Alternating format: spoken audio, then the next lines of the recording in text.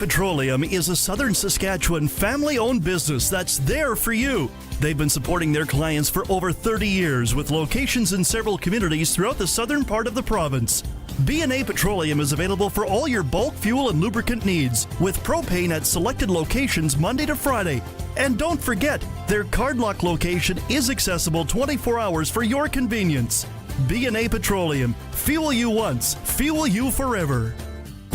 Agribition's Family Night at the Chutes is brand new this year. November 25th will be an action-packed evening featuring mutton busting, trick riding, mini chuck wagons, Sirloin's birthday party, and so much more. Bring the whole family for a night of laughs and edge-of-your-seat entertainment. It's fast-paced, family-friendly fun your kids will never forget. And neither will you. Tickets go on sale October 14th. But don't wait. This brand new event will sell out fast. Get yours at agribition.com.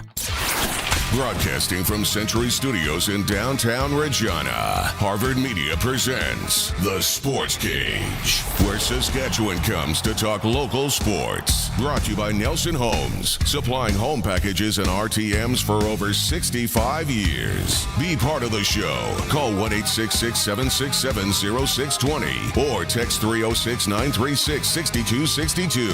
The Sportscage. Streaming at sportscage.com, our YouTube channel, and on the radio at 620 CKRM.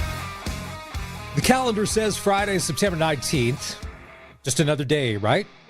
Well, if you're a sports fan, this is the time of year when we kind of hit that sweet spot. Well, life couldn't be better because everything is happening and everything is going on. You've got baseball and the wild card races are heating up, and with the Jays and the season that they're having, I mean, that's appointment viewing.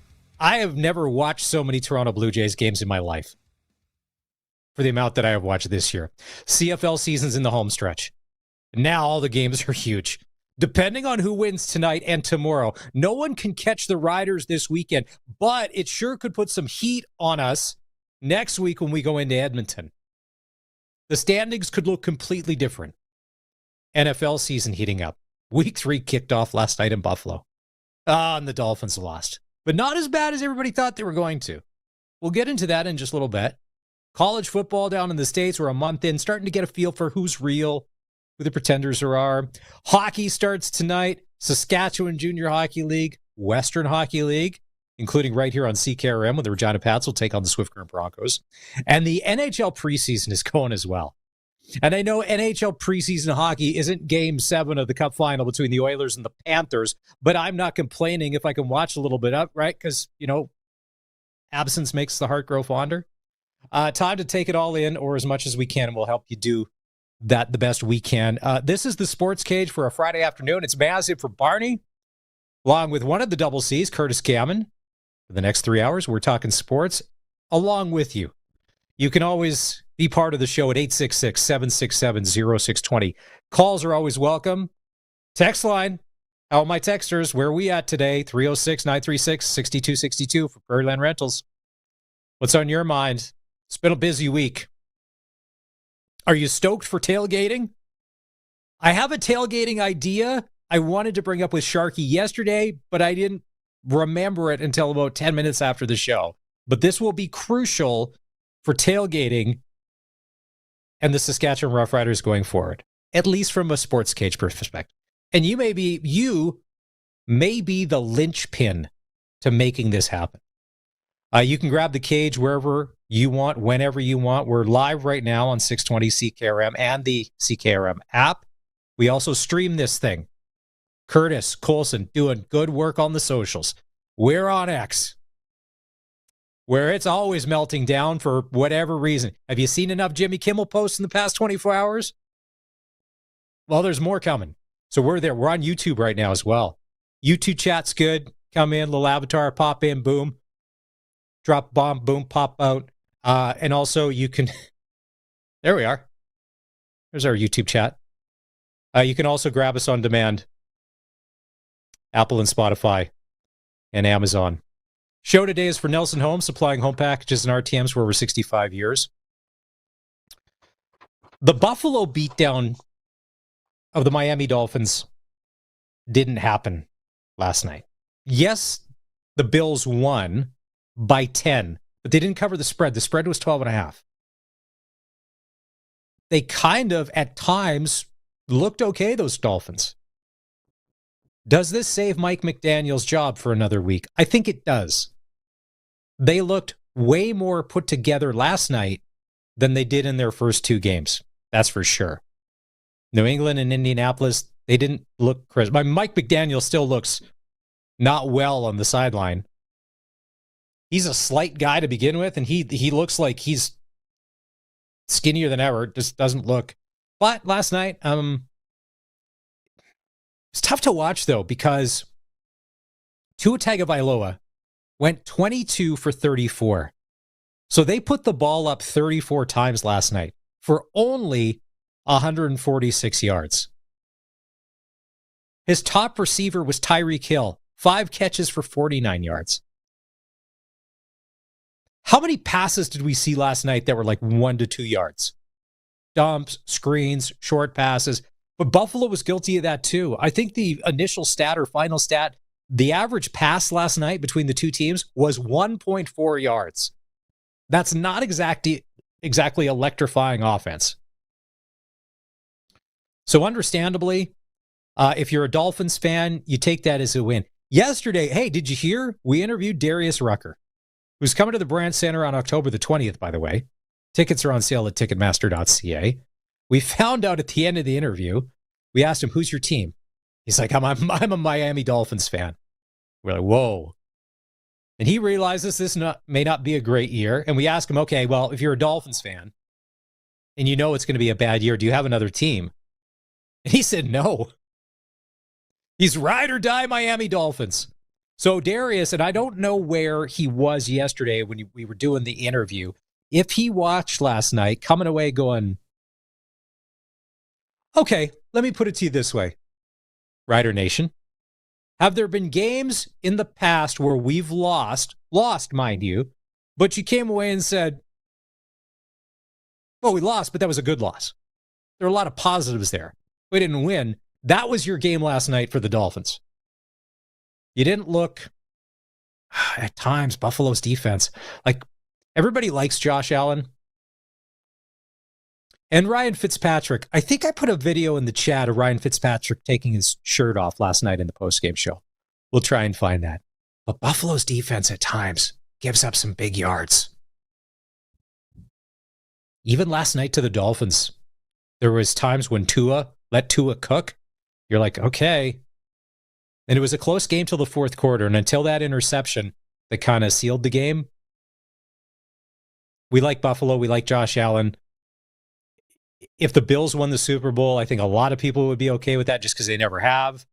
They got a good staff. They're likable. A lot of people are talking about how they like the Bills more without Stephon Diggs. That he was a distraction. I think it was Josh Allen last night, 22 for 28. He was efficient. He was tidy everywhere, but only 213 yards. But he did what he needed to. 3 TDs. Cook at 108 yards rushing. 19 attempts. Dalton Kincaid had 5 catches for 66 yards and 1 TD. That was your leading receiver. And that may be okay. And if you were to see those stats, if you were just to read a stat line, 22 for 28, 213 yards, 108 yards rushing, all that, that's good December and January football because maybe there was really bad weather in Buffalo. But it was like a nice night in Orchard Park, like 85 degrees, when they should be slinging it all over the yard. And keep in mind, the Dolphins' defense isn't great, but they were able to do enough to be able to cause some havoc for the Bills. But they found another way to win, and they're 3-0. Still the favorites to win the Super Bowl if you're asking Las Vegas. There again, Las Vegas thought that they would win by at least 12.5. 27, I was reading this, 27% of all bets last night were placed on Buffalo to beat the spread. That's a lot of money. Yeah, Curtis, that's a lot of money. Speaking of Darius Rucker, if tailgating goes ahead of Missouri State, what do you think will happen to the party in the park? Tamara from Calgary. We'll get to that in a bit. I think that party in the park will morph into something that will be even better in my brain anyways, because I've thought about that. What about Party in the Park? Some fun stuff out there, cheap beers, a lot going on. And Curtis Gammon, who's joining the show, you have set up many a technical broadcast in Party in the Park before a Rider game. You've seen that thing in full swing. Yes, sir. I think there's a way to roll Party in the Park into tailgating if tailgating gets approved. You know what? Funny enough, I was at the country cookout yesterday, and Craig Reynolds came along, and I was chatting with him. And that was actually one of the questions I asked him. I was like, so if this does kind of go along, it's like, what's the evolution of Party in the Park? And yeah, same kind of thing. You kind of got a nose for it. It's like, it's going to be kind of like a part of the tailgating experience to an extent. Yeah. Yeah. And we'll dive into, so Curtis had a big night out last night. Oh yeah. But we'll get into that later in the show. There's drone footage, there's celebrities, there's all sorts of stuff. So yesterday in chatting with Darius Rucker, one of the questions I asked, because he's a huge sports fan, and as a musician, there's probably no bigger honor in sports than to get asked to play Super Bowl halftime. So I asked him yesterday, like, hey, would you be? And then oddly enough, today there's rumors that Adele may play the Super Bowl this year. This is what Darius had to say about being asked to play the Super Bowl. That's one of the things for me, for my bucket list. I would love to do, something, if they wanted to do some, from the 90s or something, or just, from Hootie and country. I think we could really put on, like there's some big songs right there, and you had a couple other people. It could be really fun. But that's, like I said, that's on my bucket list. That's a dream. I mean, I don't know if me or Hootie will bring it up. I'm sure if somebody else is doing it, we could be a part of it. But playing in the Super Bowl, I've said this before. If the Dolphins were to win the Super Bowl I played at halftime, then I would just step off the field and go, okay, I'm ready. What else is there after that? Now, when he says he's ready, does that mean like he's good with life? Every box got checked. He played the halftime at the Super Bowl, and the Dolphins won the Super Bowl. He's good. He could check out. Like, I think that's what he was getting at. That's what I kind of read into it. I was like, when I was naming the clip, even I was like, Darius Rucker can die happy is the clip that I named it. As long as he gets his Super Bowl halftime with Hootie and all the gang, eh? You know what? He doesn't need to split this with anybody. If he went up there with Hootie and the Blowfish and he did some of his country solo stuff and the Hootie stuff, that's a Super Bowl halftime on its own. All right? Mm-hmm. When you go through the years and you see some of, because the past few, like, who was it? Lamar. I was going to say Lamar Jackson. He's a quarterback for the Baltimore Ravens. Who played the Super Bowl last year? Who played the Super Bowl last year? To me, that there was no connection there. I have like, what was no connection? No. Yeah, Kendrick Lamar. Yeah. If Kendrick Lamar can be invited to play the Super Bowl, and if you're listening and you're offended because I said I have no idea who Kendrick Lamar is, I'm not the only one. Someone else is pounding a steering wheel of a truck or a combine going, everybody knows who Hootie and the Blowfish is. Everybody knows who Darius Rucker is. I bet you they have more name awareness than Kendrick Lamar, but yet the NFL being woke and Kendrick Lamar's playing the Super Bowl. Ugh, zero minutes watching. In Kendrick Lamar's there's defense. Yeah, here we go. At the time, he according to Spotify, he was the #1 streamed artist. So over 100 million monthly listeners. So when you say that no one knows who he is, that's not necessarily true. There's definitely people that do. It's not everyone's cup of tea. I would say hip hop is a very polarizing music genre, but it doesn't necessarily mean no one likes it. I would say for the average football fan that's watching NFL, CFL, more people might gravitate towards Hootie and the Blowfish just because of the age thing, and for Darius Rucker. Yeah. Because, and I don't know if you've ever heard the album Cracked Rear View, but in the mid-90s when that came out, Curtis, everybody owned a copy of that. CD, album, cassette, everybody did. There's nobody's music collection that didn't not. And how they've never been asked before is crazy. So maybe. I think there's a better chance of Hootie and the Blowfish getting asked to play the Super Bowl than the Miami Dolphins winning the Super Bowl anytime soon. I think that's something we could take to Vegas and put money on.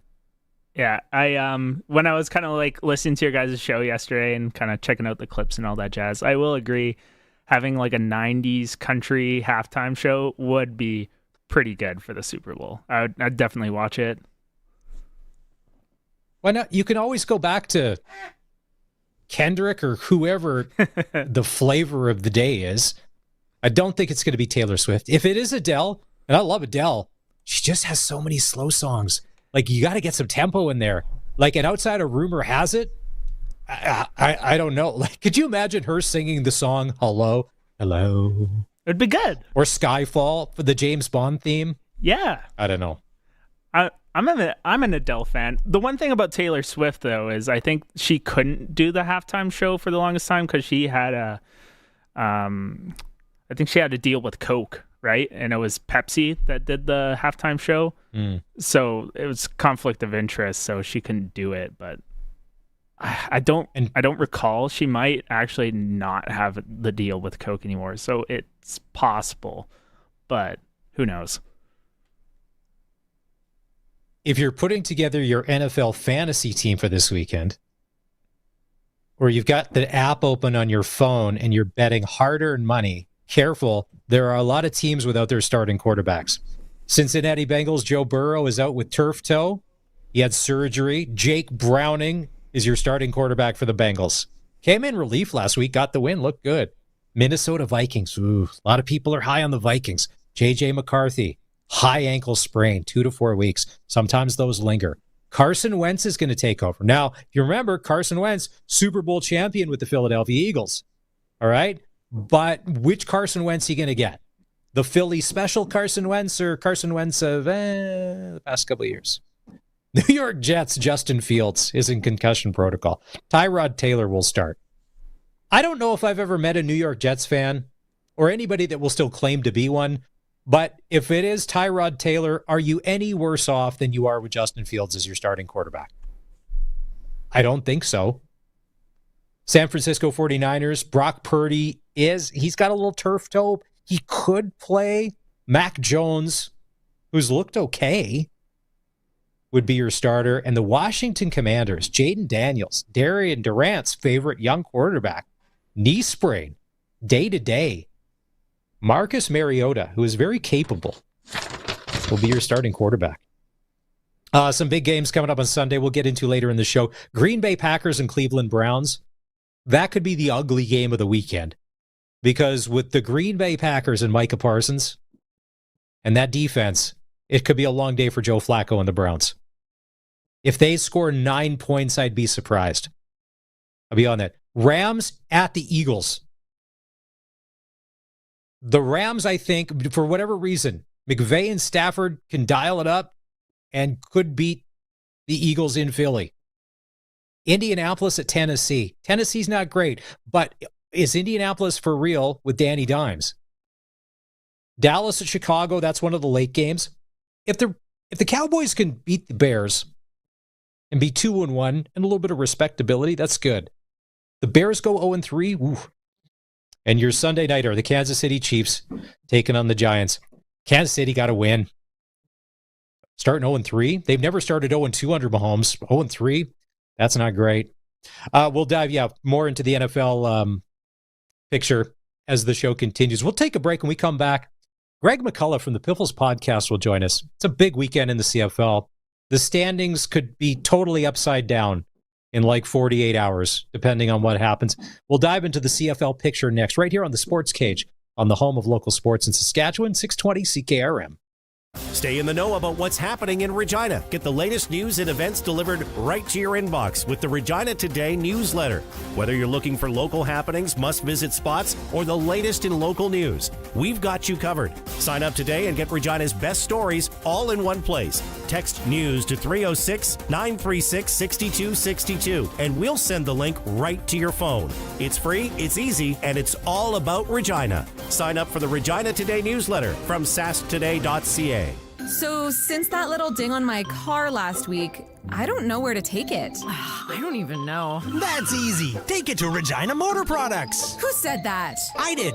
Down here. I'm Terry the Tire. Regina Motor Products Chevrolet Collision Center and SGI accredited auto body repair is a full-service collision and body shop that works on all makes and models. Just submit your claim to SGI and set an appointment to get your appraisal done. Easy. I bet you're tired after saying all that. South at Highway 1 and 6, Albert Street. RMPChevrolet.com. Nelson Homes is having a summer blowout sale on quick possession homes that you don't want to miss out on. Get free delivery anywhere in Saskatchewan on select in-stock show homes and spec home RTMs. For more information, visit their website, homes.nlc.ca. Or for general information, call 1-800-661-6534. That's the Nelson Homes Summer Blowout Sale. Nelson Homes, trusted quality and service since 1949. The care your family receives in hospitals, schools, and community programs comes from SEIU West members who live in your community. We're united around something simple. When working people have what they need to do their jobs well, everyone benefits.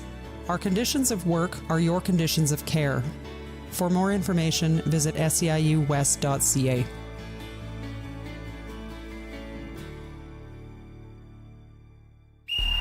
This fall, over 1,700 kids are hitting the turf with 275 coaches and 40 officials. It's Regina Youth Flag Football, lining up the rugby fields every Saturday and Sunday. And new this year, introducing the Elite Female Flag League, taking the game to the next level. Catch the excitement before it wraps. The final weekend is September 27th and 28th.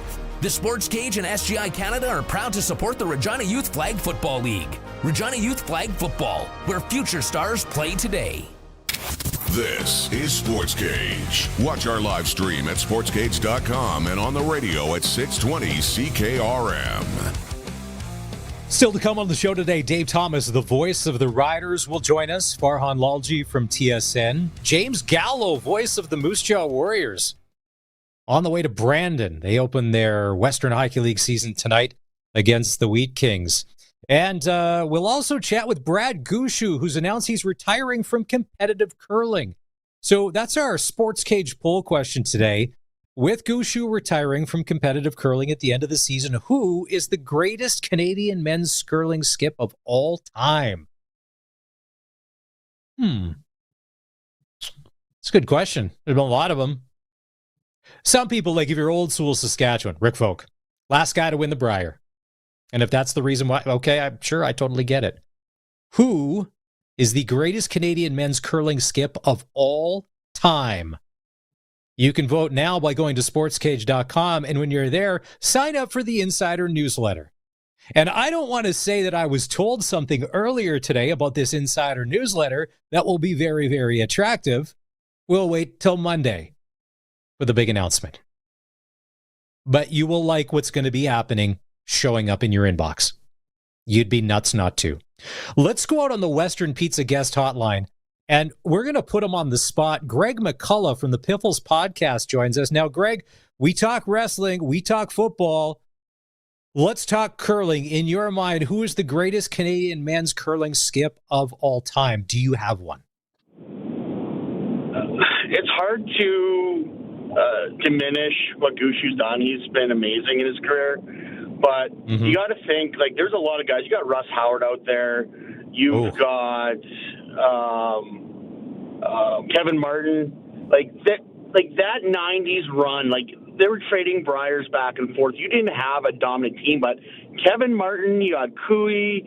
You've got so many great Canadian men curlers. It's hard to choose. Like, those Europeans had to catch up, and they've caught up. Those Europeans are really good now. I would love to. This would be more of an insider question. Who was the greatest Canadian men's curling skip that had the most fun in the patch after a game of all time? That's the person. That's who I really want to know. Who was leading the charge when it came to... Oh, okay, Kevin Martin. All right, Kevin Martin. Yeah, I'm voting for Kevin Martin. That's an easy one. That's Kevin Martin. Okay. All right, Kevin Martin. If you want to talk leads, it's Benny Hebert. Oh, well, listen. But he wasn't a skip, he's a lead. Now, if we went, that's right, skip, second, third. Yeah, all right.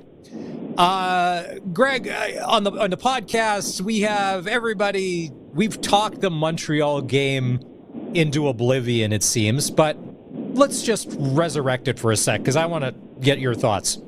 I was of the opinion, unpopular, I get, for a lot of people that listen, that even with Sales and with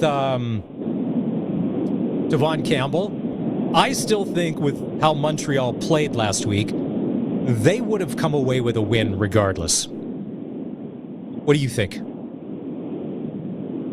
I think it would have been tighter than the game in Montreal, but I disagree.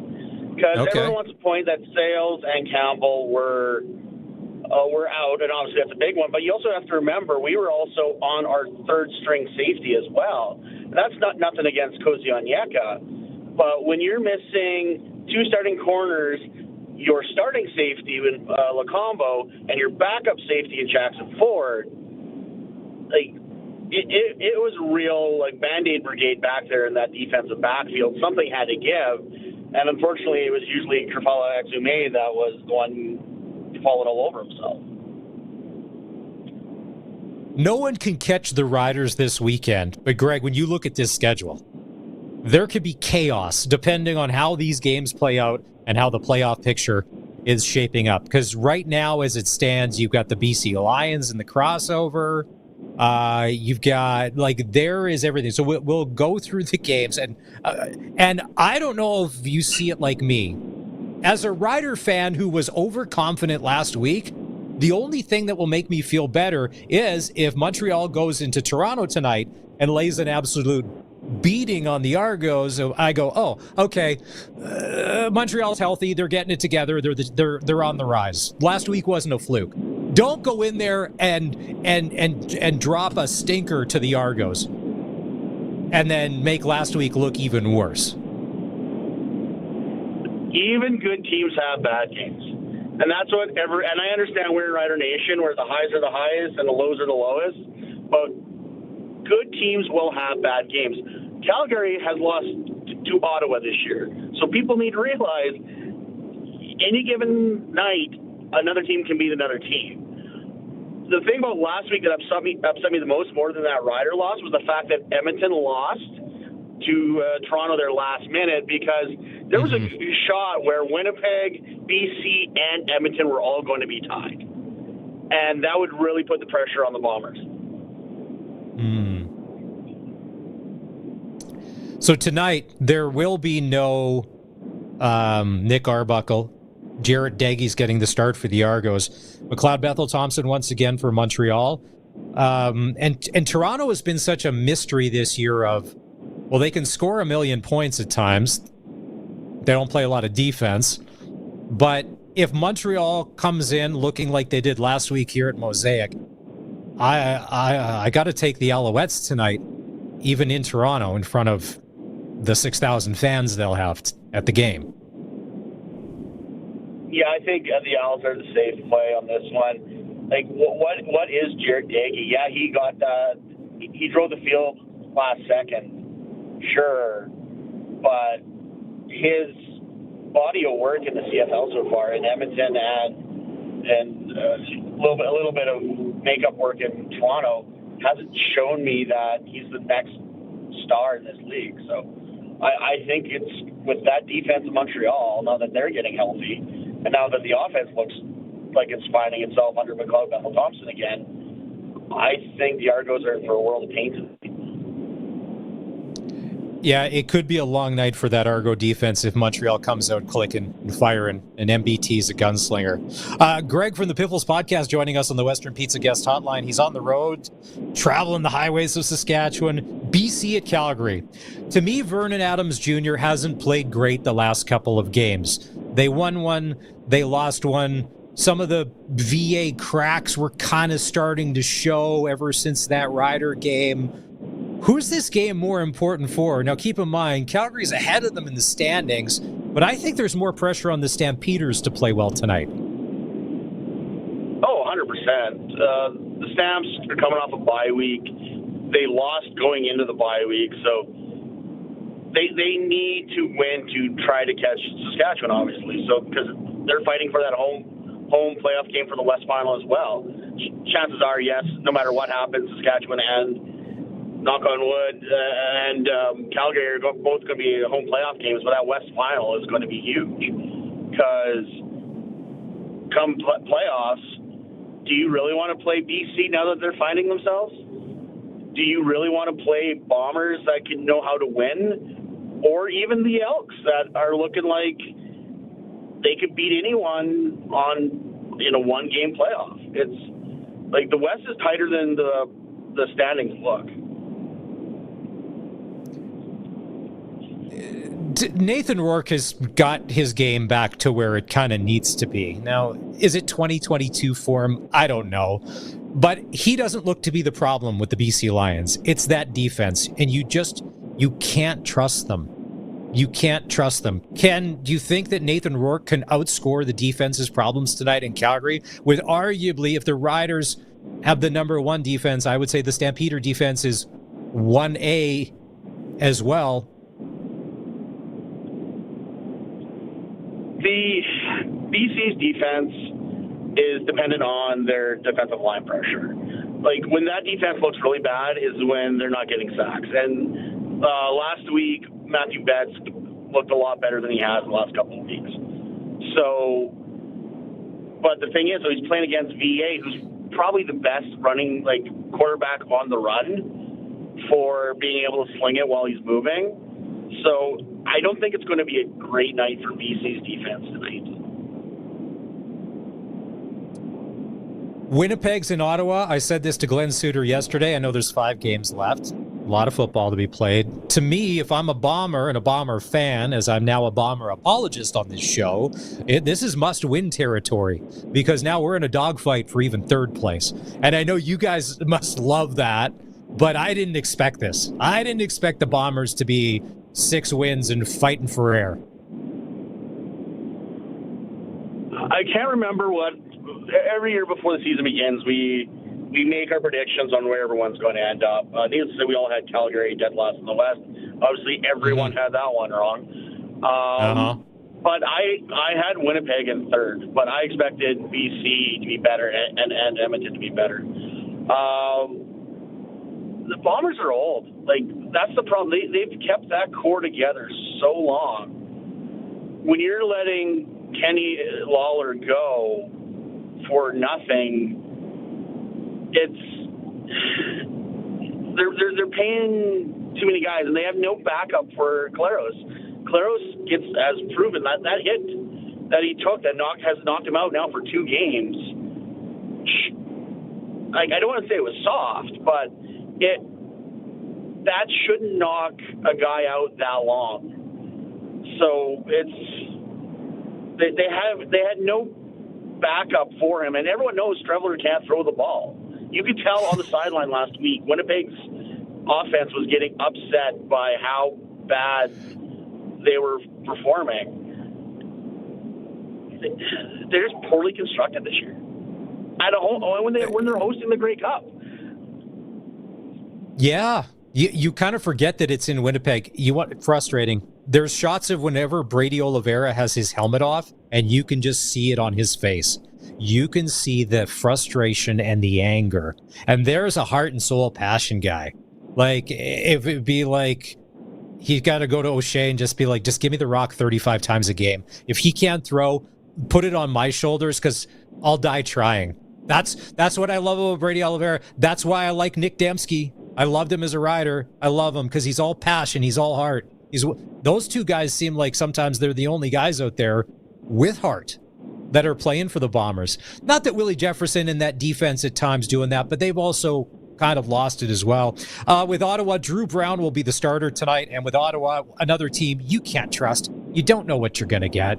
And so Edmonton at Hamilton. You had mentioned earlier, and I thought even before last week's loss to Montreal, the Edmonton Elks game after the bye for the Riders could be very dangerous because the Elks are playing good football. And you mentioned in just a one-gamer, the Elks, with that run game and that return game, it looks like, Greg, they can do just enough to beat you with a little sprinkle of Jesus and a little spinorama. Well, and that's it. Cody is a gamer. like when the stakes are the biggest, he has his best games. So I can't count him out. Rankin is a beast this year.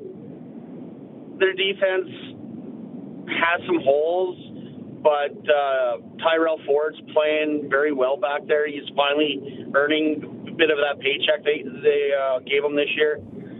So in a one-game playoff, the Elks actually kind of scare me more than the Bombers do.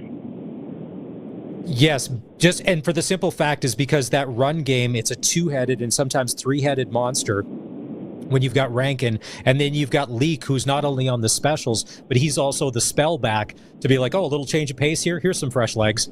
And I wasn't convinced until how they beat the Stamps in the Labor Day rematch. Now, keep in mind that the Stamps had some injuries, but the Elks looked good and complete, and that we hadn't seen. Could you imagine, Greg? What if Ed Hervey and his ego had Cody Fajardo as the starter from the start of the year? Could you imagine what the standings could look like right now? They'd easily be in third. Easily be in third right now. Because they're only one game out of third right now, so they'd probably give him at least 2 more wins. Yeah, that's what I was thinking. Like 2 or 3 more wins. Like they would be like about an 8-win team right now, and like nipping at the heels. And the Stamps could be there too, and the Riders. Like nobody's catching the Riders this weekend, but it sure can make a mess of what the playoff picture could be. Curtis, do we have that there? The playoffs. If the playoffs were to start today, so the scenario would be. Let's put this up here. The Bombers still in that third spot. The Bombers would have to travel to Calgary, I believe. And then BC would have to go to Montreal. I think that's how it would shake down. Yeah, there we are. Yeah, so if the playoffs were to start today, in the West, the Bombers would go to Calgary. And, Greg, the Stamps have beaten the Bombers. Oh, pardon me. No, that's right. Yeah, the Stamps have beaten the Bombers 3 times. Could they make it 4? It's hard to beat a team 4 times, and you also got to remember. You also got to remember the Bombers going to Calgary. They come into Regina. It was the 2019 run. So a little history repeating itself. Okay, and then over in the East, the BC Lions hold down the crossover at the moment. They would have to go to Montreal to take on the Alouettes. Tough place to play. Even if BC is playing well, that crossover team sometimes doesn't do well when they do go. And then Hamilton would be waiting for the East final.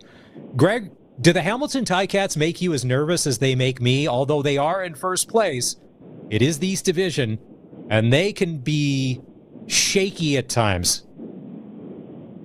They are, for a first place team of their division, they are very inconsistent. Yeah. I don't know why. Like, and you look at their weapons they have on offense. Obviously, Kenny Lawler, but Levi Mitchell, Chandra Smith has had a breakout season. Like you barely talk about Tim White, and he's on that team. Greg Bell, they finally found their running game. For some reason, they were avoiding a running game at the first half of this season, especially those games against the Riders. It's like they've got the talent, and they got a bunch of younger receivers too that can put up some yards. But it's just they're not blowing the doors off anyone unless it's Winnipeg, which I do enjoy watching. It was announced earlier this week that the Saskatchewan Roughriders have filed paperwork, and this is what blows my mind. They filed the tailgating paperwork with the proper people and authorities and whoever else that the government needs to know or say yes or no to tailgating at Mosaic Stadium. What do you think? I'm surprised we don't have it yet, but if it's coming, I'm all in. It's long overdue. It's one of those things where, like, when we do the Banjo Bowl bus at Piffles, like, Winnipeg has a bunch of tailgating spots around Princess Auto Stadium. Calgary's got a decent tailgate. Montreal, they tailgate. Edmonton's got a big tailgating scene. So it's a thing that Rider fans go to other stadiums, and go in and enjoy it, and we can't have it here.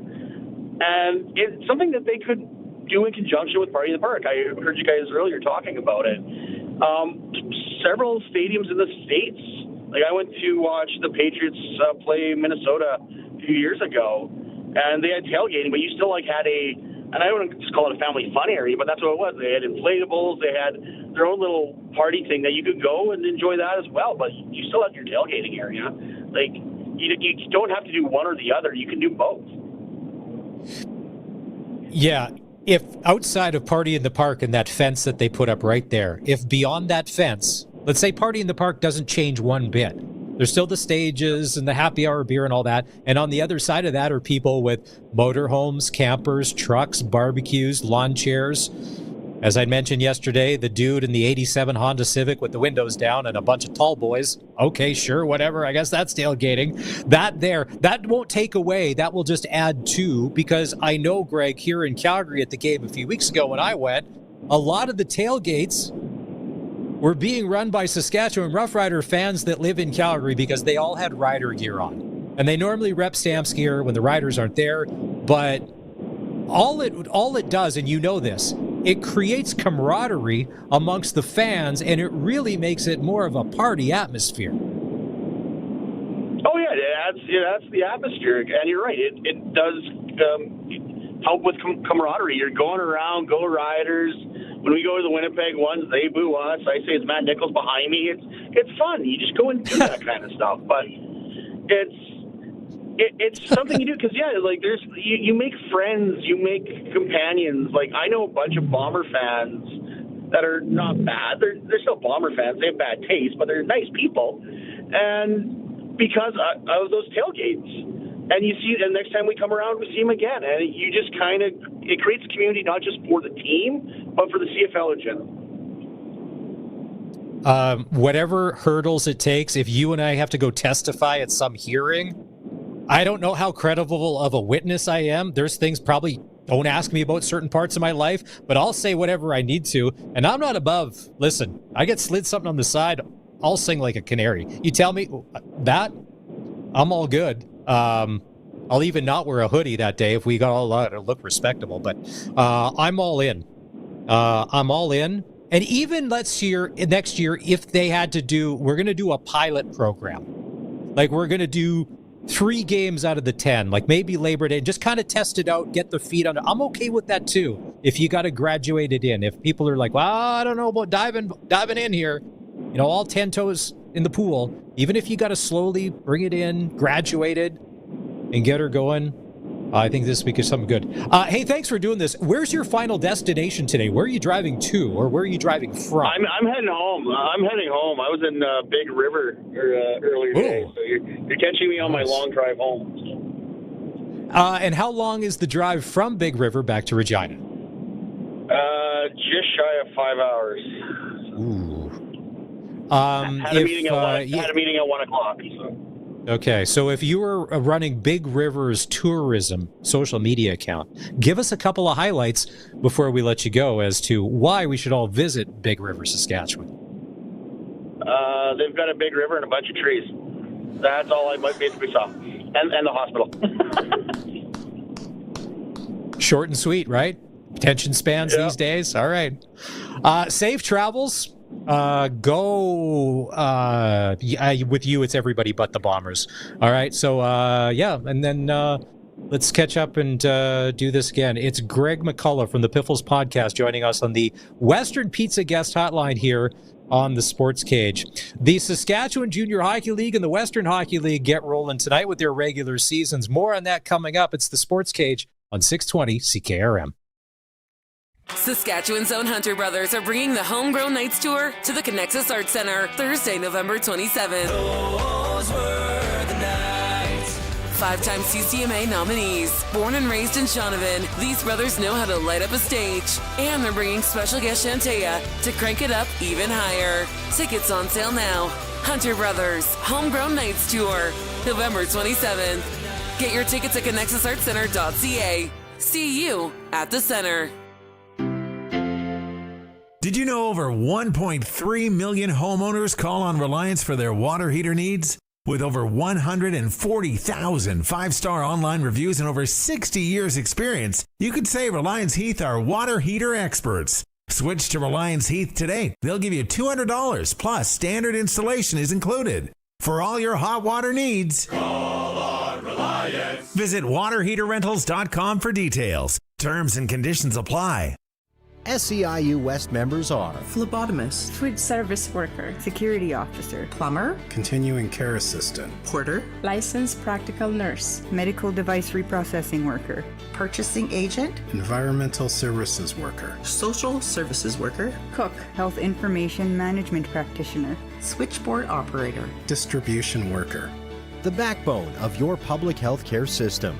Learn more at seiuwest.ca. It's time for the Sports Ticker, brought to you by Reliance Heath Water Heater Rentals. For all your hot water needs, call on Reliance Heath today. The biggest football game in Saskatchewan goes down tonight in Saskatoon at Griffith Stadium. The Regina Rams taking on the U of S Huskies. Kickoff goes at 7. You can stream the game on the CKRM website starting at 6:45. CFL tonight, the Alouettes are in Toronto to take on the Argos, and the Lions in Calgary to take on the Stamps. Major League Baseball, the Toronto Blue Jays start a series with the Kansas City Royals. First pitch at 5:30. WHL regular season kicks off tonight. The Regina Pats are in Swift Current to take on the Broncos. And you can catch the game right here on the home of Regina Pats hockey, 620 CKRM. Pre-game show with Dante DeCaria at 6:30. The Warriors are in Brandon to take on the Wheat Kings, and the Blades are in Prince Albert to take on the Raiders. Saskatchewan Junior Hockey League tonight, 6 games. Yorkton Terriers at the Weyburn Red Wings.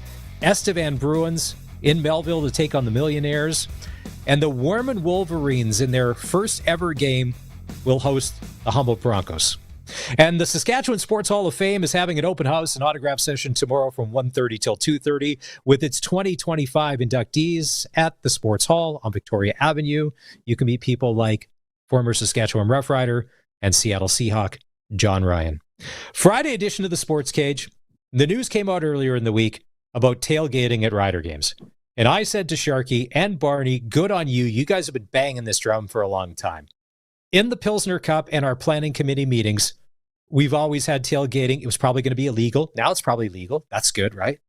One less headache to worry about. Ah, look at that. You're going to have to add an art, Curtis. You're going to have to tell the AI program, because that doesn't look like it was made by a human. Put an RV in the background somewhere in there. Somewhere in there. Sure. Okay. Now, we need to get ahead of this. I don't know. If I was part of the Sportsnet group chat that you guys have when you're texting stuff around, I'm not opening old wounds from 9 months ago. But if I was, I would say we need an emergency meeting to get ahead of this tailgating thing. We don't have budget. You know this. Our cable got cut off last year. It got turned back on. But I don't know the financials. I'm assuming we don't have money for a motorhome. Mm-hmm. If somebody in the Sports Cage audience, hear me out, Curtis. In the Sports Cage audience is listening. If you have a motorhome that runs, got to have a good engine, like a 350 Chev. Nice. We don't need something that's a project. Got to run. You donate to the Sports Cage. We'll get it deckled up. So when this thing gets approved, the Sports Cage RV / motorhome / whatever tailgate mobile is ready to go. What do you think? Yeah, pretty good. And we'll get our people on board so, you can get your receipt, your charitable income, write it off on your taxes, whatever you need to do. And you could see it at every Rider home game. Beautiful in the parking lot. Listen. Time out. Are you working for the Canada Revenue Agency? I didn't say anything about receipts. We need somebody to give us a motorhome. Yeah, it's a charitable donation. Well, yeah, we're a charity case. We'll beg, borrow, and steal somebody to paint it. We'll figure that out. Sports Cage, we'll get it done up. That when this thing gets announced, we just drive to Mosaic. Maybe we do the show from the parking lot that day just to celebrate. There'll be nobody there. Maybe some security from Real, somebody there fixing the leaky roof. I don't know, but we need to be ahead of this. We've got a head start like nobody else. Text line, who's got a motorhome? let's say your wife has had it up to here with that thing sitting either in the driveway or the backyard, and you've been putting off getting rid of it for like 3 years. This is your golden opportunity. Yeah, Help Maz the wants cage, the community. No, I want nothing to do with it. We'll put it in your name. You can go stand in line at SGI and get the plates for it in your name, not me. But this is what we need. Yeah, we can make it work. And you know what? At the country cookout, when we're hanging out, and I was talking with Craig, and we're talking about tailgating and all that jazz, one of the things that did come up in conversation, and so if you see this in the Rider store, just know it originated from a Kurt Gam original idea. I was like, oh man, like the real district, there's bumps kind of in the parking lot. You never know if your trailer is gonna like roll away. I was like, oh, you guys should go and get Rough Rider trailer chalks so you can just chalk the wheel. Nice and green, got the Rider logo on it. So if you see that in the Rider store, just know. Came from right here, right in the noggin. Did you call your idea in the third person Kurt Gam? Like that's an abbreviation of your name. So all ideas, that's a Kurt Gam. Like you have third personed yourself ideas with its special nickname. Yeah. I third person ideas, and I also speak myself in third person when I'm referring to future Kurt Gam, because past Kurt Gam is always looking out for future Kurt Gam, because like future Kurt Gam has no idea what's going on. So I always have to. I'm like, man, where did I put my keys? And it's like, oh, I put them in the bowl because past Kurt Gam was looking out for future Kurt Gam, because future Kurt Gam has no idea what's going on. Well, whether you want to text Kurt Gam or Maz, listen, 306-936-6262. If you've got the motorhome situation, as Barney always says, I know a guy. You just get us the motorhome. We'll get everything else so we can be 1A on the tailgating list to get our parking pass for Mosaic Stadium in the real parking lot there. Alrighty, hour one in the books. We'll take a break. When we come back, Farhan Lalji from TSN will join us. Not only are we going to talk NFL, CFL, but his son is quite the quarterback in high school football. We'll get a family update from him. It's the Sports Cage on 620 CKRM. 620 CKRM is your home to country's greatest hits and the 90s at 9. 1 full hour featuring the biggest hits of the 90s. Garth, Reba, Alan, Shania, George, and so much more. No cassette tape or CDs required, and 90s mullets are optional. 90s at 9 for the town of Wolseley and the voice of Saskatchewan. 620 CKRM. In the summertime, when the weather is fine, you've got groceries on your mind. Your favorite grocery store, Crawford's No Frills, is now open from 8 a.m. till 9 p.m. for all your summer shopping needs. Check out their weekly flyer and visit nofrills.ca for all the hot deals to match the hot weather. They also now have DoorDash, so you don't even need to leave your air-conditioned home to get your groceries. No bells, no whistles, no frills. Crawford's No Frills. They won't be beat. Sask Lotteries has over 50 years of winning behind us. And you know what that means? Lots of winning numbers. Numbers like over 1,200 organizations funded and 12,000 plus groups supported. $6 million given away annually in community grants. And the winningest number of all? $1.4 billion given back to the people of Saskatchewan through sport, culture, and recreation. And we're just getting started. Learn more at sasklotteries.ca. Nelson Homes is having a summer blowout sale on quick possession homes that you don't want to miss out on. Get free delivery anywhere in Saskatchewan on select in-stock show homes and spec home RTMs. For more information, visit their website, homes.nlc.ca. Or for general information, call 1-800-661-6534. That's the Nelson Homes Summer Blowout Sale. Nelson Homes, trusted quality and service since 1949. 620 CKRM and Harvard Media believe in being accountable to you, the listener, which is why we participate in the Canadian Broadcast Standards Council. We are committed to upholding the highest standards of broadcast excellence and adhering to the codes and conduct administered by the CBSC. If you have a comment to make about our programming or a concern about something you heard on our station, contact us on our website, 620ckrm.com, or visit the CBSC's website, cbsc.ca.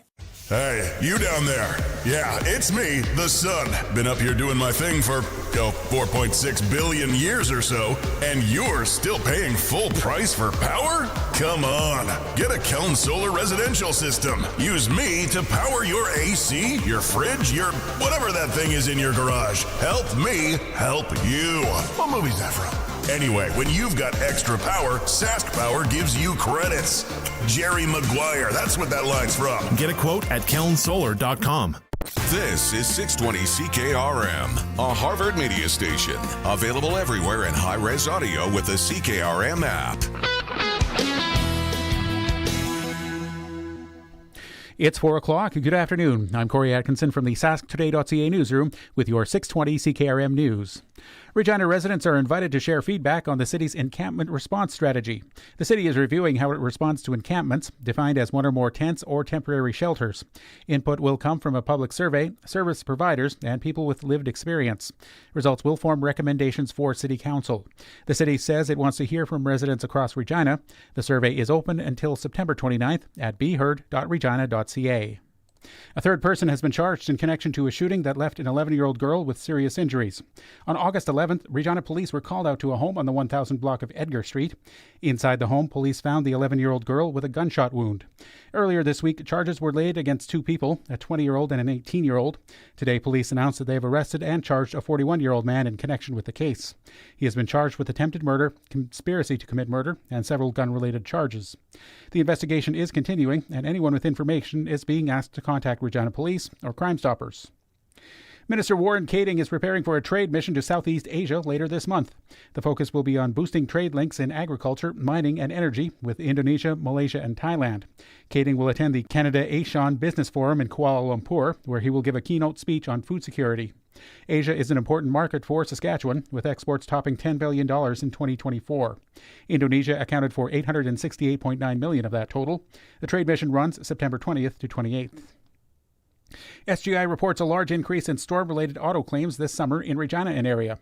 The insurer counted 1,049 claims between June 1st and September 15th, compared to 173 in 2024. Of that total, 936 claims came from the September 13th storm. Hail accounted for 882, while flood damage made up 54. SGI recommends parking vehicles under shelter during hailstorms when possible and warns drivers to avoid underpasses, low-lying areas, and large puddles when heavy rain hits to prevent vehicle damage. The federal Liberal government has introduced legislation creating 4 new hate-related criminal offenses. Justice Minister Sean Fraser says the bill will make it a criminal offense to willfully promote hate through the use of hate symbols. Specifically enumerated will be particular symbols associated with a period of history involving Nazis' discrimination against Jews and the targeting of Jews in the Holocaust, as well as the symbols specifically tied to listed terror organizations. The bill will also include new crimes of obstruction and intimidation aimed at protecting religious institutions, as well as creating a new category of hate crime when the crime was motivated by hate towards the victim. And Madonna wannabes rejoice. Madge returns to the dance floor in 2026. Here's reporter Mike Dubusky. Madonna has announced she's working on a new dance album set to come out next year. The Queen of Pop also re-signing with Warner Records, where she spent the first 25 years of her career. In a statement, Madonna says she's looking forward to the future, making music, doing the unexpected, and while perhaps provoking a few needed conversations. That was your 620 CKRM News. Read more stories from around your community and around the province at sasktoday.ca and 620ckrm.com. Your weather is next. Hey, let's hit up Pump Jack's Cathedral. Pump?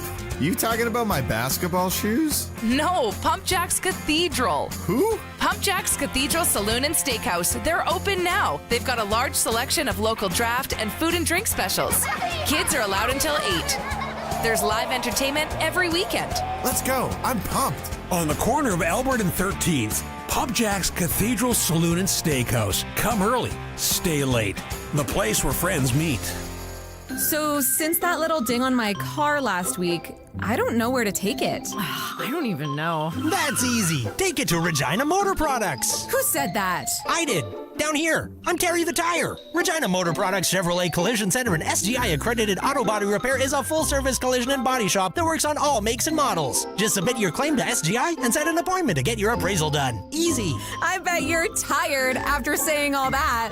South at Highway 1 and 6, Albert Street. RMPChevrolet.com. When you want the best for your truck, you want Line-X. Your truck has withstood the harshest elements Saskatchewan has thrown at it. Rocks, gravel, rain, sleet, and snow, and left with no chips, no rust. Line-X protective coating keeps your truck's bed liners, rocker panels, and bumpers looking like brand new. Don't settle for Brand X. Go with Line-X. It's serious protection. Come see why everybody loves taking their truck to Line-X Regina for their rocker panels, bumpers, and more. Line-X. Make your truck complete. 1865 McCarra Street. Broadcasting from Century Studios in downtown Regina, Harvard Media presents The Sports Cage, where Saskatchewan comes to talk local sports. Brought to you by Nelson Homes, supplying home packages and RTMs for over 65 years. Be part of the show. Call 1-866-767-0620 or text 306-936-6262. The Sports Cage. Streaming at sportscage.com, our YouTube channel, and on the radio at 620 CKRM. As we get set to head into the weekend, what a forecast for harvest. Sunny, warm, and dry. 25 tomorrow, 26 Sunday, 23 Monday, Tuesday, Wednesday, 26. It's great. If you're out, you're in the fields right now listening to The Cage, we really appreciate it. Let's connect. Where are you? Throw up a pick. And what are you harvesting? 306-936-6262. Prairieland Rentals text line. It is the Sports Cage, the Friday edition. It's Maz in for Barney. Barney's actually in Austin, Texas. And he's going to go to watch the University of Texas play tomorrow. I think they're playing Sam Houston State. And one of the things at a University of Texas game that you will see are celebrities, including Matthew McConaughey. All right. On the sideline tomorrow. And I think when I was chatting with Barney earlier, I think he's got a sideline pass as well. Do you think that Matthew would be as excited? That right there. Like, would that be like one celebrity, a Saskatchewan celebrity, meeting like a Hollywood celebrity? Could you imagine the synergies if they cross paths on the side? Oh, look at that. Curtis in your Photoshop. What are you doing? Listen. You got a lot. You're going to have a lot to answer for next week. All I'm telling you is my hands are clean. All right. So yeah, listen, busy show still to come. Voice of the Riders, Dave Thomas. We're going to chat football. He talked to Brad Gushue as well. Brad Gushue's retiring from competitive curling. Just hanging it up. So we want to know at sportscage.com, our poll question, who is the greatest Canadian men's curling skip of all time? Greg from the Piffles Podcast just said Kevin Martin. Yeah?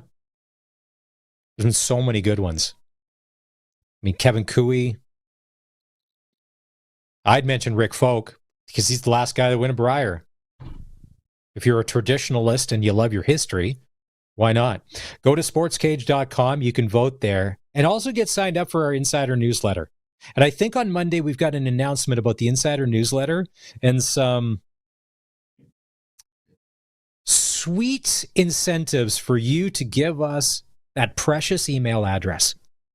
All I can tell you is that we won't email you as many times as the Apple Corporation has emailed me and anybody else that owns an iPhone in the past 7 days about the new iPhone 17.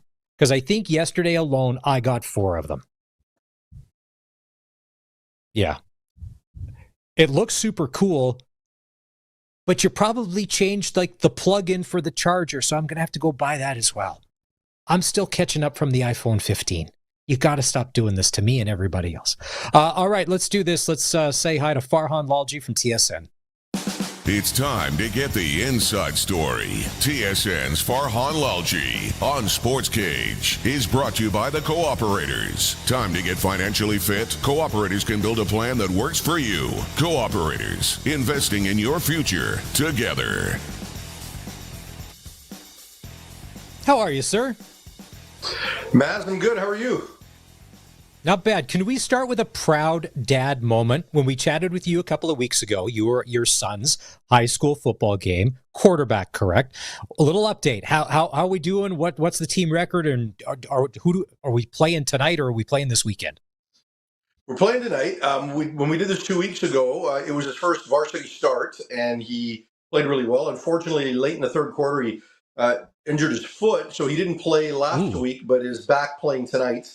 And next week we've got a game where we're the top 2 ranked teams in the state in our classification. So everything's kind of geared towards that to get him ready for that one because it's going to be a lot of fun. But tonight should be fun too. When I'm done here, I'm going to get into a car, drive about 90 minutes to where his game's going to be, and I can't wait to watch it. Friday night football is a lot of fun.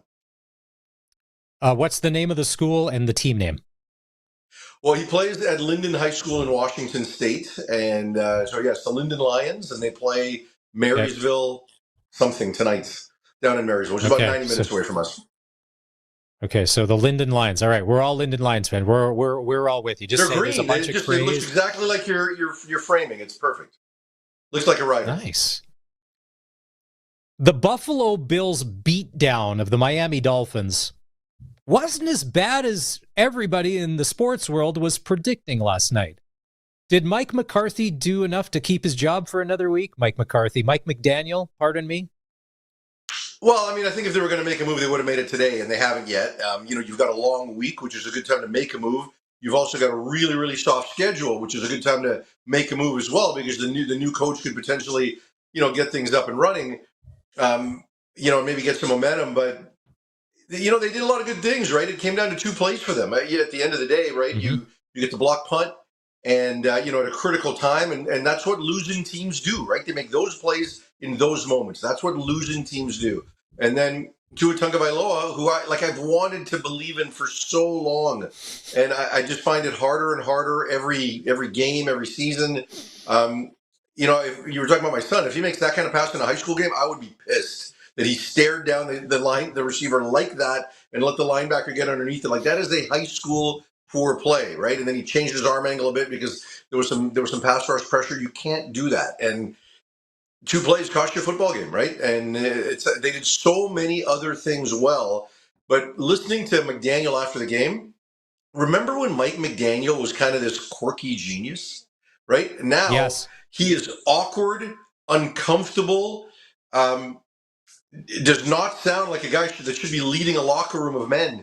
Just listening to him now, it's not clever, it's not cute, there's nothing redeeming about it. It's a guy that's lost every level of mojo possible. So this just feels like if the way he comes across in that setting is remotely how he comes across in a locker room, I think we're just killing time here because it sure feels like dead man walking.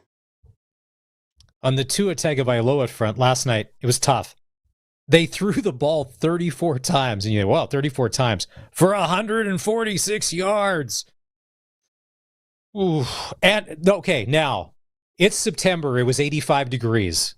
If it was January and the wind was blowing and the snow was coming in, 146 yards, okay. But on the flip side, and this is where Bills fans, be cautious, because everybody has anointed you Super Bowl-esque. But at times last night, the Dolphins gave you fits. There's still times where your defense looks very susceptible. You saw it in the Baltimore game. Stopping the run, stopping the pass. To me, Miami played really well at times. And the Bills just don't at times on defense. Yeah, you're right. They're one of the worst third down defending teams in the league, right? And even offensively, there were some fits and spurts where they, Miami was able to generate consecutive stops, and you just don't think a team that in shambles, especially on the defensive side of the ball, should be able to do that against an offense as prolific as Buffalo's. So, I'm still not fully buying Buffalo quite yet. I want to see more, but I'm always going to buy Josh Allen. But on the other side of the ball, right, Miami looked good at times in a lot of different areas, but at critical times in the game, this is when their true character shows up. And I don't know that it's going to get any better. But as I mentioned earlier, they've got a soft schedule coming up for the next 5 games. So if it's going to get better, this is the time. Out of all the teams that will be missing their starting quarterback this weekend, Cincinnati, Minnesota, New York, San Francisco, and Washington. Who's at the biggest disadvantage without their starter? Washington. You know, I'm such a big Jaden Daniels fan, and I think that he is, I think he's an elite player. He makes that team entirely different. And I think there's a big drop-off to Marcus Mariota. And, you've always got to look at that, right? Like, what is the drop-off? If you're Minnesota, J.J. McCarthy, for 7 of 8 quarters this year, hasn't been great, right?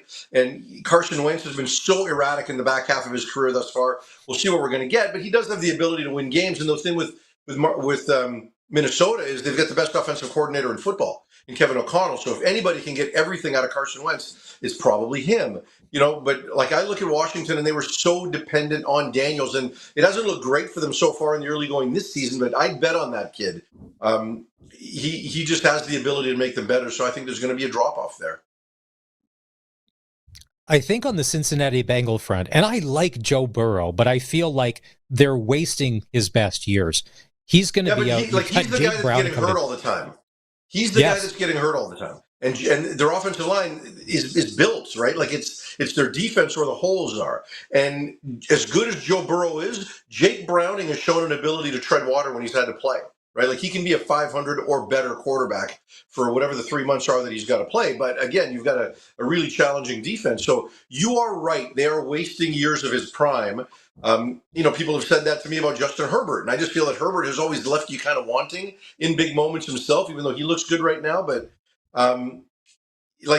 you have to start wondering about Joe Burrow. This guy's such an elite talent, but are we at the point in the conversation where we have to look at Joe Burrow and say he's injury prone? Justin Fields and Tyron Taylor. To me, it doesn't matter. Are you really gaining or losing anything between the two of those with the Jets? Yeah, it's minimal. I mean, Fields has had some moments, but no one's really going to bet on him. And Tyrod Taylor's played a lot of football, and I think this team's got problems whether Justin Fields is the quarterback or not, right? I mean, he was kind of everybody's consolation prize last year during the offseason, both he and Russell Wilson, quite frankly. Both the New York quarterbacks. So, I'd have to think Justin Fields is really, really good in order for me to say the Jets are having the biggest loss at the position. Do you think the Cleveland Browns can score 6 points on Sunday against that Green Bay defense? Yeah, I think they can get 6, maybe a pick 6. Maybe do it that way. Oh, okay. All right, sure.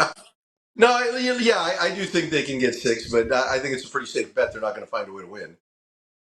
No, that's for sure.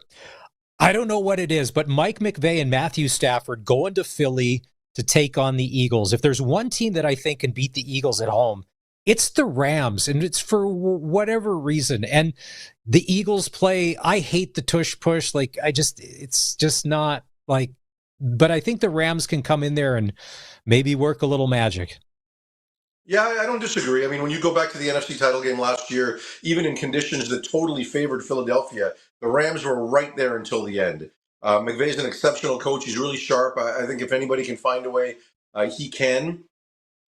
And Philadelphia can't keep winning games this way offensively. Like, this is just not sustainable. They've got to find ways to get more out of the passing game. I know Jalen Hurts is going to say the right things. He's the consummate teammate. His ego is out of it. He's an impossible guy to dislike, but they need more out of their passing game. A.J. Brown can't be sitting there at 4 targets or, wherever he's at, and Devontae Smith being that quiet and then getting banged up. And they've got to generate a little more there. Otherwise, it then eventually becomes easier to take on Saquon. It's a long season, right? So all these teams have a lot of time right now to figure it out. I don't think any team, whether you're Philadelphia or Kansas City or whoever, no one should push the panic button at any phase of their game, in my opinion, if you've proven that you can win. I mean, if you're a team that just loses all the time and you find ways to lose, that's different. But I'm not pushing the panic button on Philly, but there's an area that's obvious they need to improve. And if they don't, I think the Rams and Sean McVay and Matthew Stafford can outscore them. A lot of Charger fans making noise online, being 2-0. Their track record for winning Super Bowls, when questioned about, quiets the conversation. The Chargers are a nice story, but I like Denver in LA on Sunday. Can you go against what the Broncos are doing? They're just playing good football these days. Well, yes and no, right? I think Bo Nix has had a bit of regression, right? When you look at his numbers, his efficiency and just his productivity this year is not the same as it was last year. And I'm a Bo Nix guy. I think he's going to be a very good quarterback in this league. He showed what he could be last year, and I think he'll get there. But right now, he hasn't been great. And I'm not a Jim Harbaugh guy, but I do believe he's getting the most out of that team right now. And I think Herbert's playing really well. So, I'm not going to sit here and give either team a huge decided advantage, because I do think Denver is closer to what we saw last year than what we're seeing this year. But they've got to get better. I mean, Nix has got to see the field a bit better. He's got to keep the ball out of harm's way. I don't think he's been nearly as effective in those areas as he was a year ago. If the Cowboys beat the Bears, Dallas is 2-1, which I love. But the Bears are 0-3. Ben Johnson, big offseason signing, called out his team, says he needs more work ethic. Is it just the same old Bears? It's starting to feel that way. Yeah, I mean, look, it's going to take some time, and ultimately this is going to come down to Caleb Williams, right? And where he's able to take his game and whether or not he's able to deal with adversity, to be mature and to show a level of growth. And I think that's the question, right? Because people have questioned his maturity. They've questioned his body language and all of these other types of things. And then you've got a really bad offensive line on top of that. So while the receiving core, I think, has some solid pieces and has the ability to excel, there's some questions in the backfield and there's some questions along the offensive line. And, in the end, it might prove to be the benefit towards one of our Canadians and Theo Benedette, who eventually may take over that left tackle spot at some point this year, because Braxton Jones isn't really getting it done. And, his production at that left tackle spot hasn't been good. And that was a big question mark coming into the season for them. So they've got to get better. I like Ben Johnson as a coach. It's his first year. You've got to give him some time. But so much of it is that quarterback-coach relationship. And I'm not saying they don't get along, but I don't know that he has pushed the right buttons with Caleb Williams yet. If the Kansas City Chiefs lose to the New York Giants in Sunday Night Football, Kansas City would be 0-3. They've never been 0-2 with Patrick Mahomes, but 0-3 would be really unfamiliar territory. Is it a Aaron Rodgers situation from a few years ago? Just relax, everything's going to be fine. Or if an 0-3 start for the Chiefs, is that real concern? You can make the case for the opponents they've lost to this point, right, with the Chargers and the Eagles. You cannot make a case for them losing to the New York Giants. Like, that's just not acceptable, in my opinion. Now, look, I tend to always, I am never going to doubt Patrick Mahomes. So even if they go to 0-3, I'll come on this show next week and say relax. But my eyebrows are going to raise if they can't find a way to beat the Giants. That is not a good football team, and there is no way. I mean, are there some holes in Kansas City's lineup on their roster? Sure, especially with what's going on at receiver. But there is more than enough there, and now more than enough motivation there. And, with Andy Reid and Steve Spagnuolo and the acumen that they've got, they have to find a way to beat the lowly New York Giants.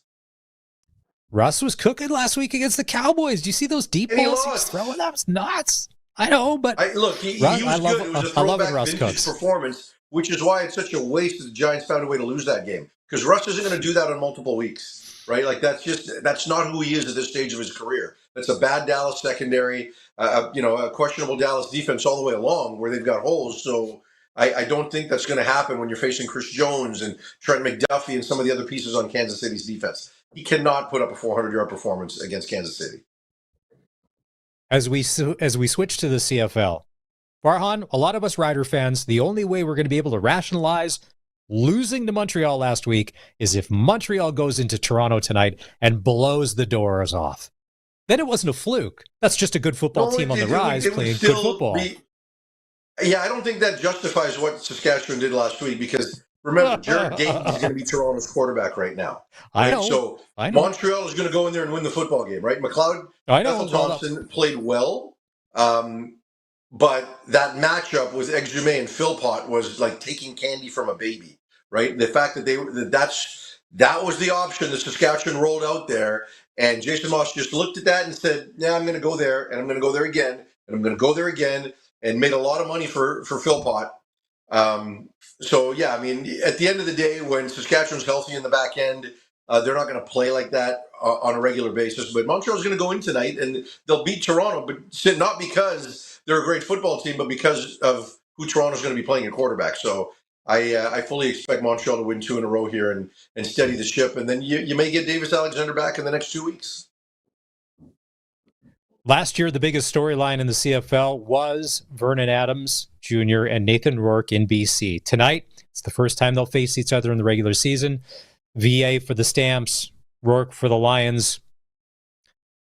VA is the ultimate professional. You're never going to hear a word from him, but you have to know this is personal to the core, and a win tonight would mean everything to him. And I hope his teammates realize that too, of who he is and all of that. But it's easy to say something. It's a little harder to go on the deal.